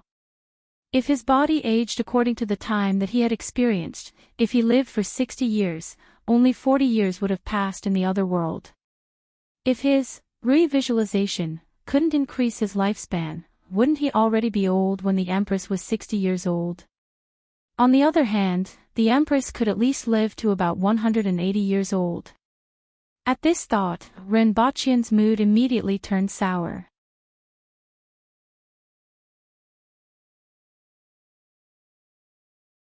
Chapter 169. 100 years for the Earth embryo realm and 150 years for the spirit will realm are just a rough estimate. There are also people who can live up to 160 years at the spirit will realm, the Empress casually said. She then looked at Rinpoche and asked, "Are you worried?" "I'm afraid that I won't be able to accompany your majesty for that long." Rinpoche looked at the Empress and smiled. The Empress remained silent for a while before replying, "I don't really understand your revisualization, but I don't think it's any weaker than the great Xia practitioners. When you reach the Earth embryo realm and have a good understanding of your own body, you'll be able to understand. Also, you don't have to think too much about it. Although there aren't many treasures in this world that can extend one's lifespan, there are still a few." Rinpoche didn't say anything else.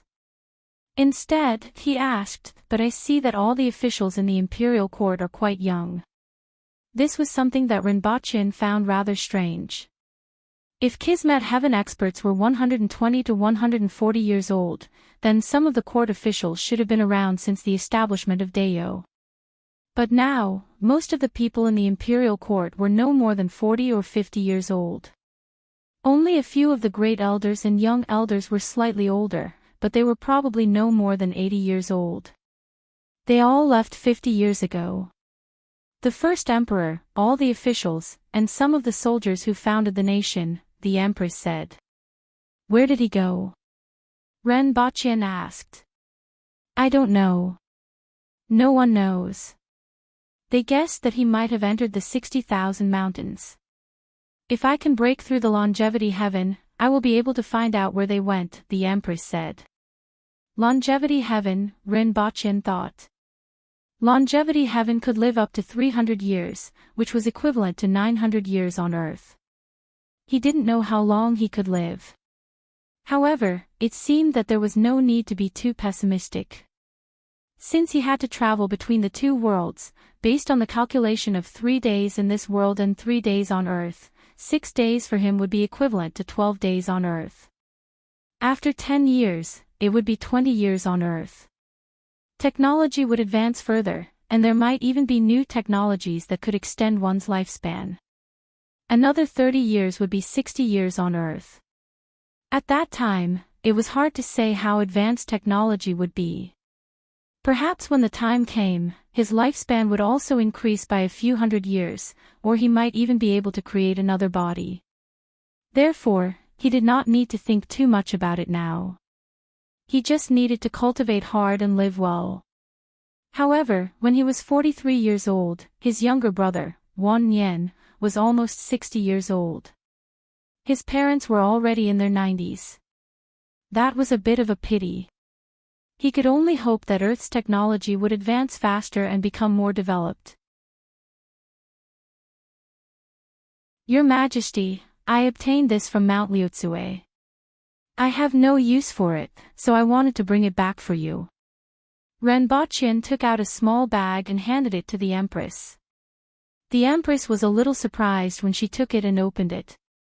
Inside was a slightly withered white flower. Below the flower was some fine sand that emitted 5 colors. "When I saw this flower in the mountains that day, it was pure white and crystal clear. Although it was in the mountains, it stood out from the crowd. I felt that it must be very suitable for your majesty. It's a pity that it has withered after being picked for so many days, Rinpoche said with some regret. The corner of the Empress's mouth curled up. She took out the small white flower from the bag and looked at it. Then, she sniffed it gently and glanced at him. She found it funny and said, "I have this magnolia in my garden." Rinpoche was astonished. I thought that this flower's outstanding charm would make her the king of flowers, which is very rare. However, a dozen meters in front of him, there was a white flower fluttering in the wind. The Empress didn't care about his little trick. She played with the small white flower for a while before putting it back into the bag. "You are lucky to be able to find this cloud crystal," the Empress said. "This fell from the sky." Rinpoche laughed. Then, he told the Empress about how the flower eagle swooped down from the sky and tried to catch him. In the end, Tingji cut open its abdomen and found this cloud crystal in its stomach. However, there was no need to talk about how his face was drenched in blood and internal organs. It was too disgusting. "You better train well or else it will always be dangerous," the Empress said. Rinpoche nodded. He knew that his strength had increased a little over these days. It was about 145 kilograms. The medicinal effects of the previous medicinal bath had been completely absorbed by him. "Go back and train first. This trip was delayed. Otherwise, you would have had your third medicinal bath soon." The Empress said, "After training, accompany me for dinner at Yangshin Palace Hall." "In that case, I will take my leave first."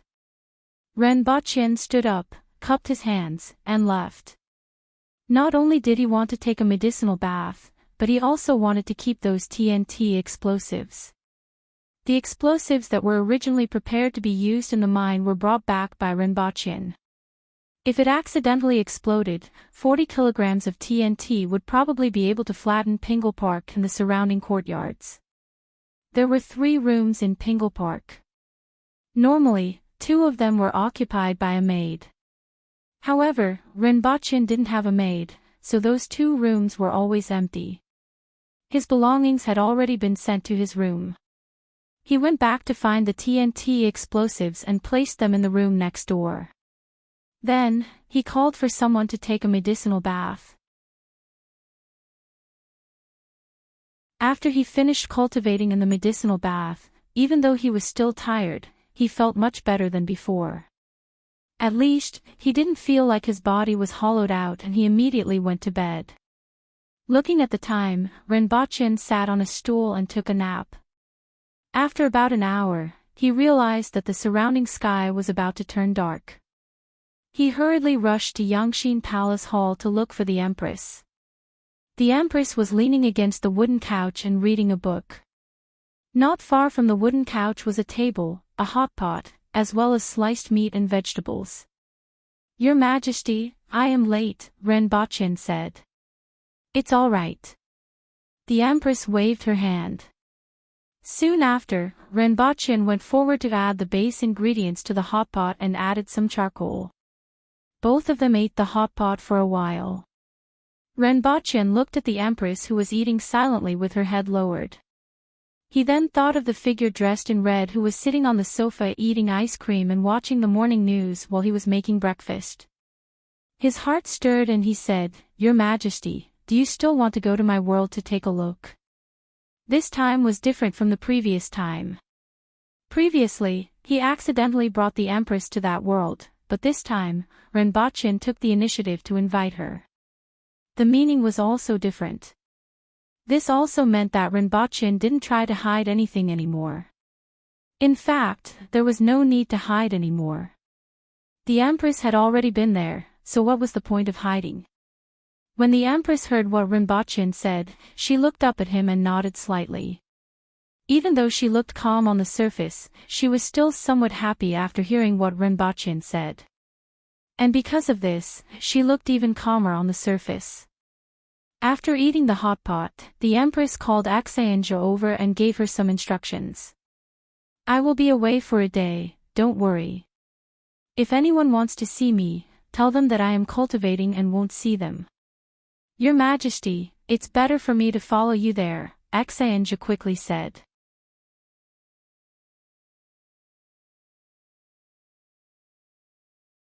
Chapter 170. On Earth, in the house that Rinpochen had been renting, two figures suddenly appeared out of thin air in the originally empty room. If someone were to see them, they would probably be scared to death. When the two of them came out from the palace, it was pitch black with only a faint light shining in from the window. This made Rinpochen immediately realize that it was already late at night. When he felt the hand that was holding his wrist loosen, he turned around and turned on the light switch. The light instantly turned on, making Rinpochen feel a little dazzled. At this moment, the Empress was wearing the red dress that she wore when she came back from here. She was wearing a pair of black flat-soled shoes, giving off a modern vibe. However, the hair that was coiled up on her head and the golden hairpin did not match her clothes. The Empress seemed to be aware of this problem. She reached out and removed the hairpin from her head, letting her hair fall down. Rinpochen looked at the time on the wall. It was 1:20 in the morning. At this time in Dayo, it was only 8:00. The two of them still needed to make up for the difference in time. 3 days here is equivalent to 1 day in Dayo, the Empress said as she looked at Rinpochen. The Empress looked at Rinpochen and said. She had already noticed this problem the last time she was in this world. That was because after staying in this world for 2.5 days, only 20 hours had passed since she returned. Rinpochen nodded his head. It's a good choice to train here, but this world is too dirty, the Empress said after thinking for a while. The last time she was here, she always felt that her nose was uncomfortable. If it wasn't for the fact that her physical fitness was too good, she would have gotten rhinitis in such an environment. Rinpochen spread out his hands and said, this is the inevitable process of technological development. There are gains and losses. Perhaps after a few years, this world will return to its original state. It might be better, or it might be worse. Who could say for sure what would happen in the future? However, technology was advancing, and people's understanding of the environment had improved a lot. Rinpochen was still inclined to believe that the future would become better. Your Majesty, take a rest first. I will bring you around tomorrow, Rinpochen said. The next morning, Rinpochen woke up.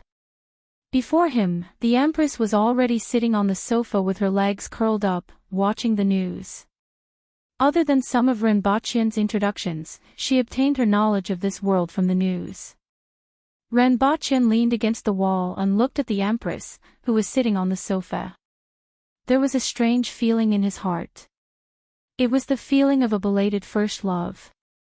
Even though he was afraid of the Empress in the beginning and felt that she was dignified and indifferent, that feeling was getting lesser and lesser these days. Every time he saw the Empress, his heart would palpitate with excitement. Any man who was chosen by such a woman to be her husband and then retracted all the spikes on his body would probably not refuse. I'm hungry.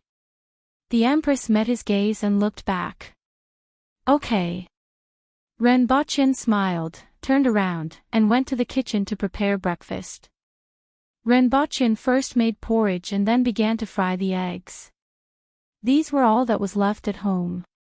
The vegetables that were bought when the Empress was still around had rotted away in the refrigerator. There's a fire. The Empress's cold voice was heard. Rinpochen immediately turned his head and looked around. There were no signs of fire in the surroundings. It's downstairs. Rinpochen then ran out of the kitchen. Sure enough, there was already black smoke drifting up from downstairs. Rinpochen didn't know if there was anyone downstairs. He hurriedly ran upstairs and called the fire department. At the same time, he looked down from the window. It was just below him, on the 6th floor. Renbochin also saw half a body sticking out of the window. It was a woman. "I'm calling the fire department," Renbochin shouted. "Help, the door can't be opened and I can't run out. Please pass me a rope." The woman downstairs raised her head and pleaded. From her voice, she didn't sound old. He couldn't make out her appearance as her face was completely black from the smoke. Renbochin turned his head and looked around. Where was the rope? "Your Majesty, can you do me a favor?" Renbochin turned his head and asked the Empress. Even though he didn't know the person downstairs, he couldn't possibly let such a woman face the fire alone. It was just a small effort. If he could help, he would help. After all, he was a good person. The Empress's facial expression changed. The person downstairs wasn't an aboriginal. Furthermore, from her voice, it was a woman. However, since Renbochin requested, she still nodded her head. "I'll trouble your Majesty to help me open the door." Renbochin thanked her. He hurriedly ran to the corridor in his pajamas, opened the fire hydrant, took out the fire extinguisher, and ran to the 6th floor. The Empress followed closely behind him. At this moment, there was already someone on the 6th floor. Renbochin didn't know if it was the person next door or the person downstairs. A middle-aged man was smashing the door lock with a hammer. "Let me do it." Renbochin saw the situation and put the fire extinguisher aside. Originally, he thought that he could get the Empress to smash the door lock with a slap. However, he couldn't do that now that there was someone here. Fortunately, he had over 140 kilograms of strength. He felt that he should be slightly stronger than that middle-aged man. He grabbed the hammer and smashed it twice. The door handle, which was already on the verge of collapse, was smashed down. However, after smashing it down, he realized that the door still couldn't be opened. "There's someone in the house. Do you have a rope?" "I'll go down from the window and let her climb up," Renbochin said to that middle-aged man.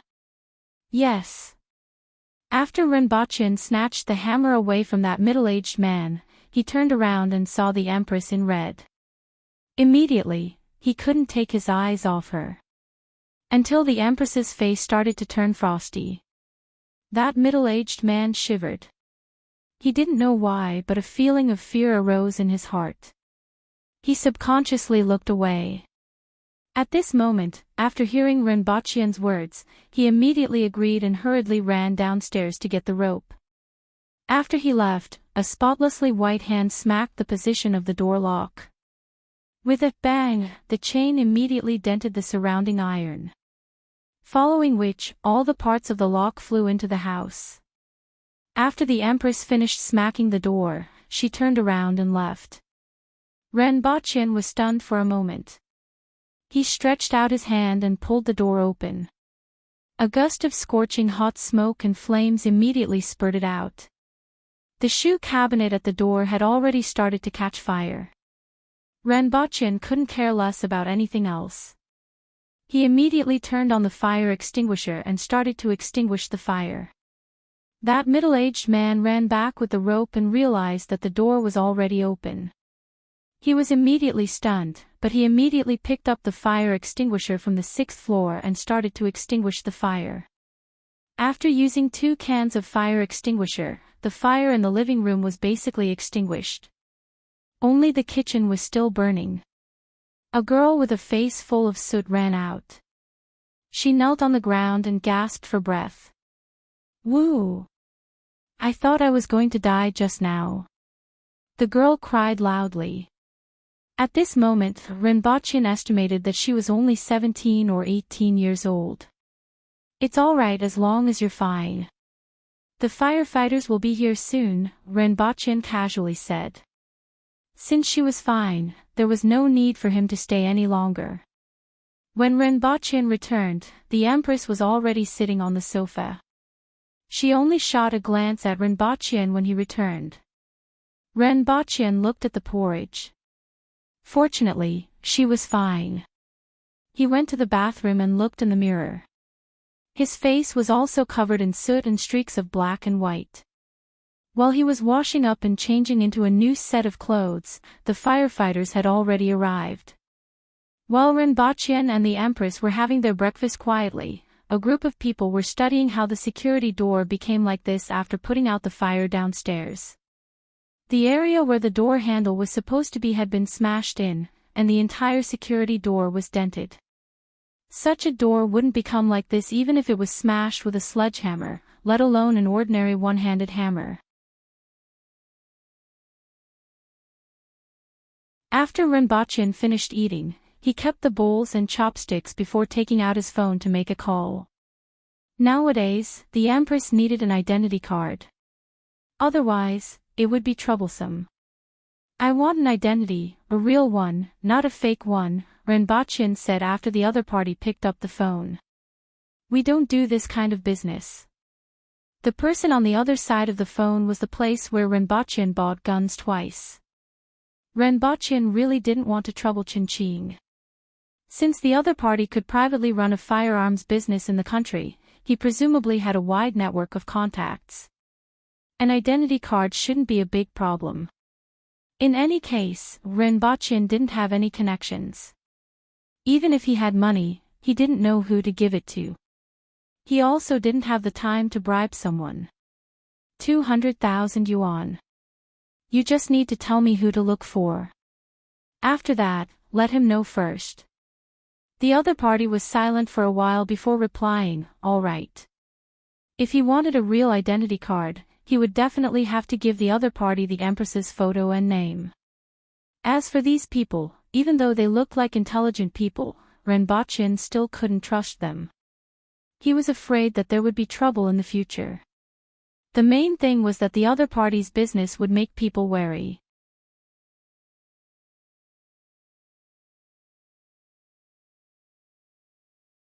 Chapter 171. An hour later, Rinpochen received a text message. He dialed the number on the message and it was a middle-aged man. After exchanging a few pleasantries, Rinpochen told him about the matter. The gist of it was that he had lost his identity document when he moved here from another place and became an unregistered resident. In fact, both parties were well aware of the truth of the matter. If that was really the case, there was no need to look for him. He could have done it directly at his original location. However, there was no need to say much. The other party did not ask much either. He only made an appointment and hung up the phone. When Rinpochen made the call, he was not far away from the Empress. Seeing that she was looking up at him, he smiled and said, "An identity can reduce a lot of trouble. Moreover, don't you want to see more of this world? If you want to take a plane or go abroad, identification is a must. The identity management in this world is very strict. The internet is also very developed. It can be found out in an instant." The Empress nodded.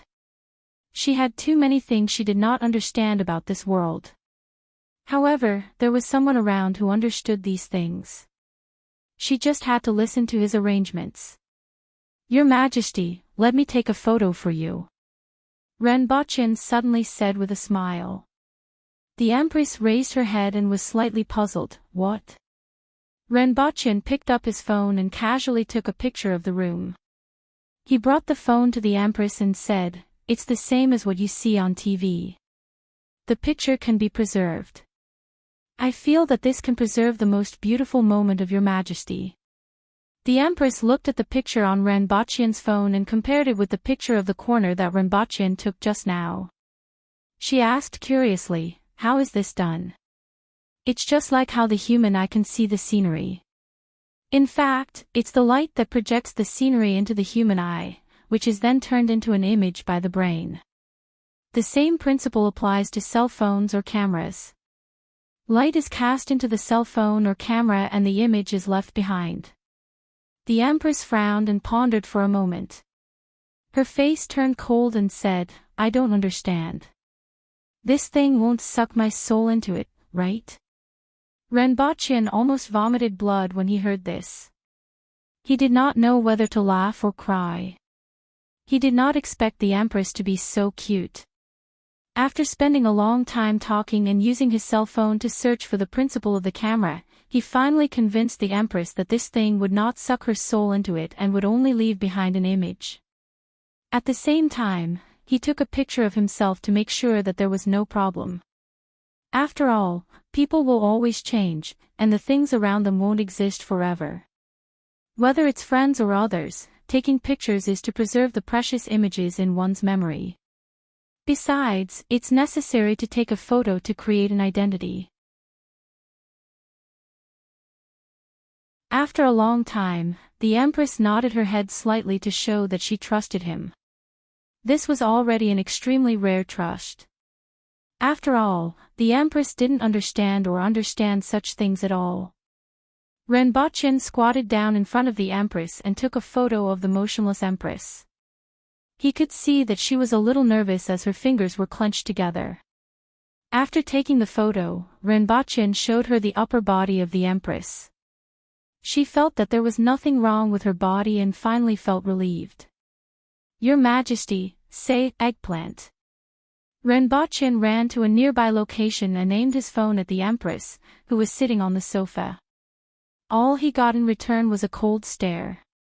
Renbochin looked at the image of a lady dressed in red with the sun shining on her body. Her face was as beautiful as a painting. Renbochin became even more excited. He changed a few angles to capture the Empress. After that, he sat beside her and said, "Your Majesty, this will be able to preserve your most beautiful moment forever. Everyone in Dayo and the entire world can see your Majesty at this moment." "I've eaten the jade embryo, so I won't grow old," the Empress said coldly. Renbochin still didn't know about the jade embryo. When Hongwu gave the jade embryo to the Empress, no one explained it to him. After hearing this sentence, he was immediately astonished.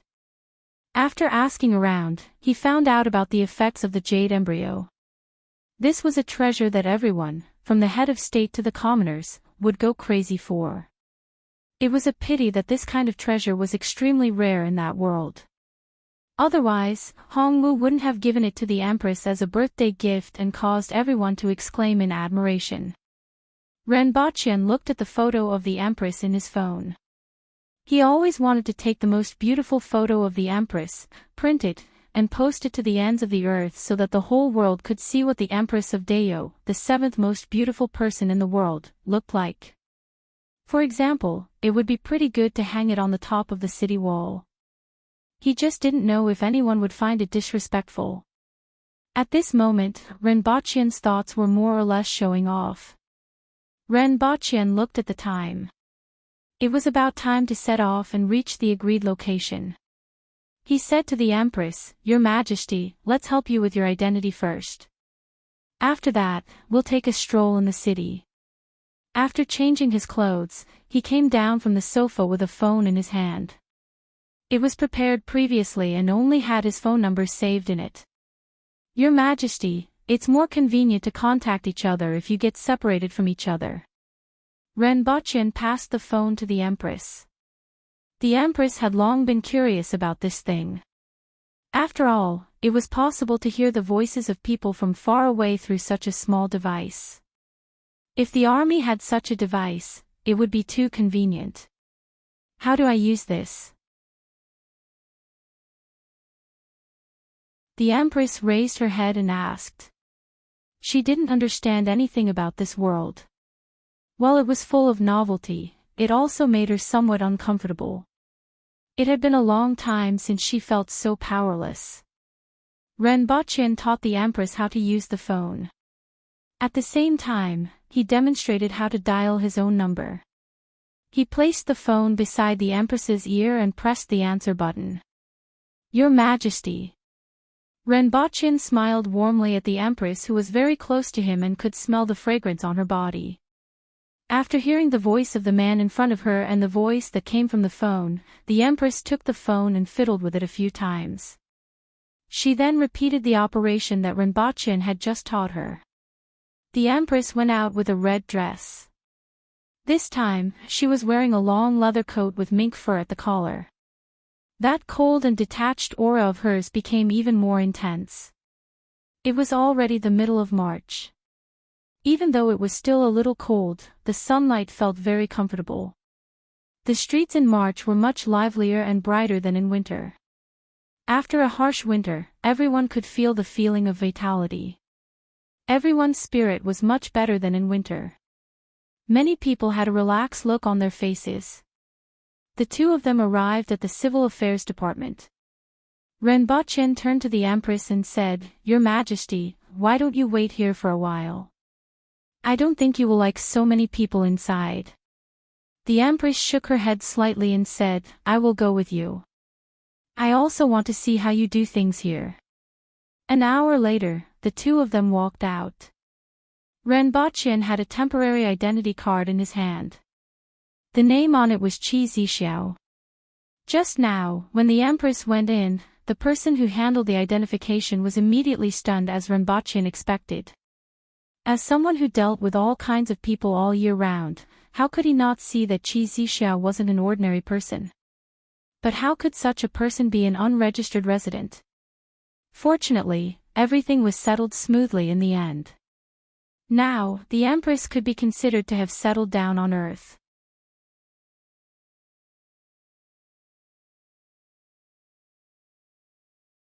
Chapter 172. Along with the whistling sound, Renbochin and the Empress felt the pressure from the accelerating plane. The scenery outside the window also proved this point. Looking down through the window, they could see that everything on the ground was getting smaller and smaller until everything on the ground was the size of an ant. The plane began to stabilize, and after a while, it rose again. "Qi Zixiao, are you all right?" Renbochin looked at Qi Zixiao, who was sitting by the window, and asked. He could see that she was a little nervous. On land, she was the seventh most powerful expert in the world, but in the sky, she felt that everything was out of her control. At this height, even with her skills, she would definitely die if she fell. "Won't I fall?" The Empress frowned as she looked out of the window. "It's safer than driving. There won't be any problems," Renbochin comforted her softly. "Paw." A soft sound was heard. While Renbochin was still looking for the source of the sound, he saw that the armrest between them had actually been crushed by the Empress and turned into a pile of fragments. Many people would be nervous during their first time in the air. However, the Empress only used a little more strength, and the current situation became like this. Looking at this, Renbochin was considering whether to make a false accusation that the quality of the armrest was too poor. Seeing that the Empress was still nervous, Renbochin stretched out his hand and said, "You can hold my hand for a while, but don't crush it." This wasn't a joke, it was the truth. How could his hand not be as hard as the armrest? If his hand was crushed, he would probably have to amputate it. The Empress glanced at him, turned around, and continued to look out of the window. Her tightly clenched hand finally loosened, and the fragments fell to the ground. At this moment, both of them were on a plane flying to Yazhou, 3YA. Previously, Renbochin asked, "Your Majesty, do you want to see the sea?" A few hours later, both of them were sitting here. In this season, they still had to go to Yazhou to see the sea. The seaside in the north could freeze people to death, and there was nothing much to see in the cold weather. Renbochin wanted to know if the Empress would wear a swimsuit, but this was just a thought. If he were to raise this thought, he would probably be slapped to death. The last time he showed her how to wear a bra, his phone was destroyed. When the plane flew above the clouds, the Empress's eyes widened a little. At this moment, the clouds were like floating continents that reflected the sunlight. It was extremely spectacular and beautiful. A moment later, when the air stewardess passed by, Renbochin called out to her. He pointed at the armrest with an innocent look on his face and said, "The quality of your armrest is too poor. It breaks when I pinch it." Looking at the two people in front of her, she had an impression of the woman in the red dress. She was too beautiful, full of heroic spirit, and her aura was even more powerful. When she looked at her, she actually felt inferior. Just now in the rear cabin, she had even discussed with the other air stewardesses, wondering what kind of family she came from. She had just heard the first half of Renbachian's sentence, and she was still thinking about what he meant. However, when the stewardess saw the shattered armrest of the seat, she was clearly surprised. She knew the quality of the seat armrest. How could it be broken with just a pinch? But the truth was right before their eyes. "I'm sorry, sir, and this lady." The flight attendant apologized first. Regardless of whether she believed it or not, the armrest was indeed broken. Furthermore, it couldn't have been broken by human hands. It could only be that there was a problem with the armrest that wasn't discovered beforehand. She also didn't mention anything about compensation. After all, this incident had never happened before. She also didn't know how to deal with it. She had to ask the company after the plane landed. However, she assumed that the company wouldn't ask for compensation. After all, the seat armrest on the plane was broken with just a pinch. This was a huge black mark. As long as the other party didn't tell anyone about this incident, the company would be thankful. "It's all right, I'm just informing you to check more next time." Renbachian smiled politely. After waiting for the stupefied flight attendant to leave, Renbachian laughed to himself. In the past, he had never made such a false accusation. These days, he had changed more and more. "Is this thing very expensive?" The Empress turned around and asked Renbachian after getting tired of looking at the scenery of the clouds. The plane had really broadened her horizons. Previously, she never thought that there would be a time where she could fly above the clouds. According to the legends of Great Xia, that was the residence of the immortals. However, there weren't any immortals in this world. It seemed that it wasn't difficult to fly above the clouds. The monthly salary of the most ordinary citizen can probably afford to fly twice, right? It shouldn't be considered expensive. If it's a long-distance trip, the speed is very fast.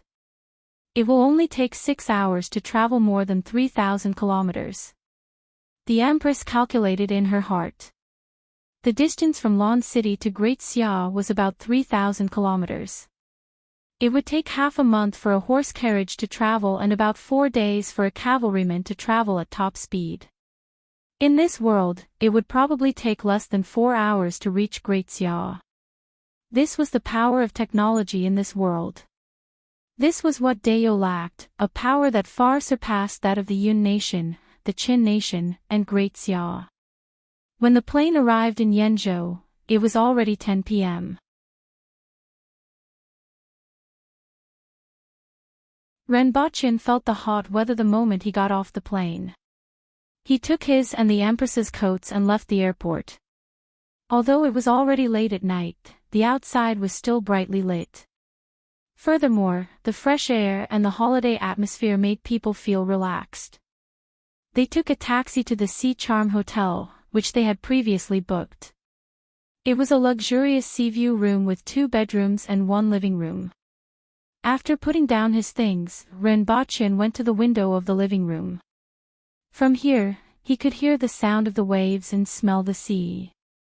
He had long wanted to come here. The Empress came to Renbachian's side. Although she couldn't see anything, she could still hear the sound of the waves. To her, the sea was something that she had only seen in books. There were only a few descriptions of it. Her deepest impression of the sea was that it could be used to produce salt. If Dayo had a sea, they wouldn't have to worry about salt. Subsequently, both of them ordered some dinner before returning to their respective rooms to rest. The next day, Renbachian woke up early and stood in front of the window to look at the blue sky and white clouds outside. The bright and beautiful weather put him in a good mood. At this time of the day, it was indeed much more comfortable here than in the north. At this moment, standing here and looking outside, there were already people who had woken up early and were taking a stroll on the beach. When he came out of the room, the Empress was already sitting on the sofa and switching on the television. These days, she would wake up early to watch the morning news. Every day, she would learn a lot of things from it. However, she rarely asked Rinpoche. Most of the things were kept in her heart and would only be asked when she felt it was necessary. Like a sponge, she slowly understood the knowledge of this world. Rinpoche felt that if she really wanted to understand more, it would be better for her to learn the language of this world and use the internet to understand more. It was much more efficient than watching the television. After finishing breakfast, Rinpoche changed his clothes and went out for a stroll with the Empress. The environment of the hotel was pretty good. The greenery in the courtyard was very good, and there was even a swimming pool. The people coming and going were all relaxed tourists. After leaving the hotel and turning a corner, a white beach and azure sea appeared in front of them. Some children were running and playing on the sea. You're tuning into the LoveLore Library YouTube channel. We're so grateful for your support, and don't forget to subscribe to join us on this incredible journey through captivating stories. Your generosity through donations truly makes a world of difference, as it's the primary source of revenue that allows me to expand and enhance this channel for you. Thank you from the bottom of my heart for being a part of this adventure.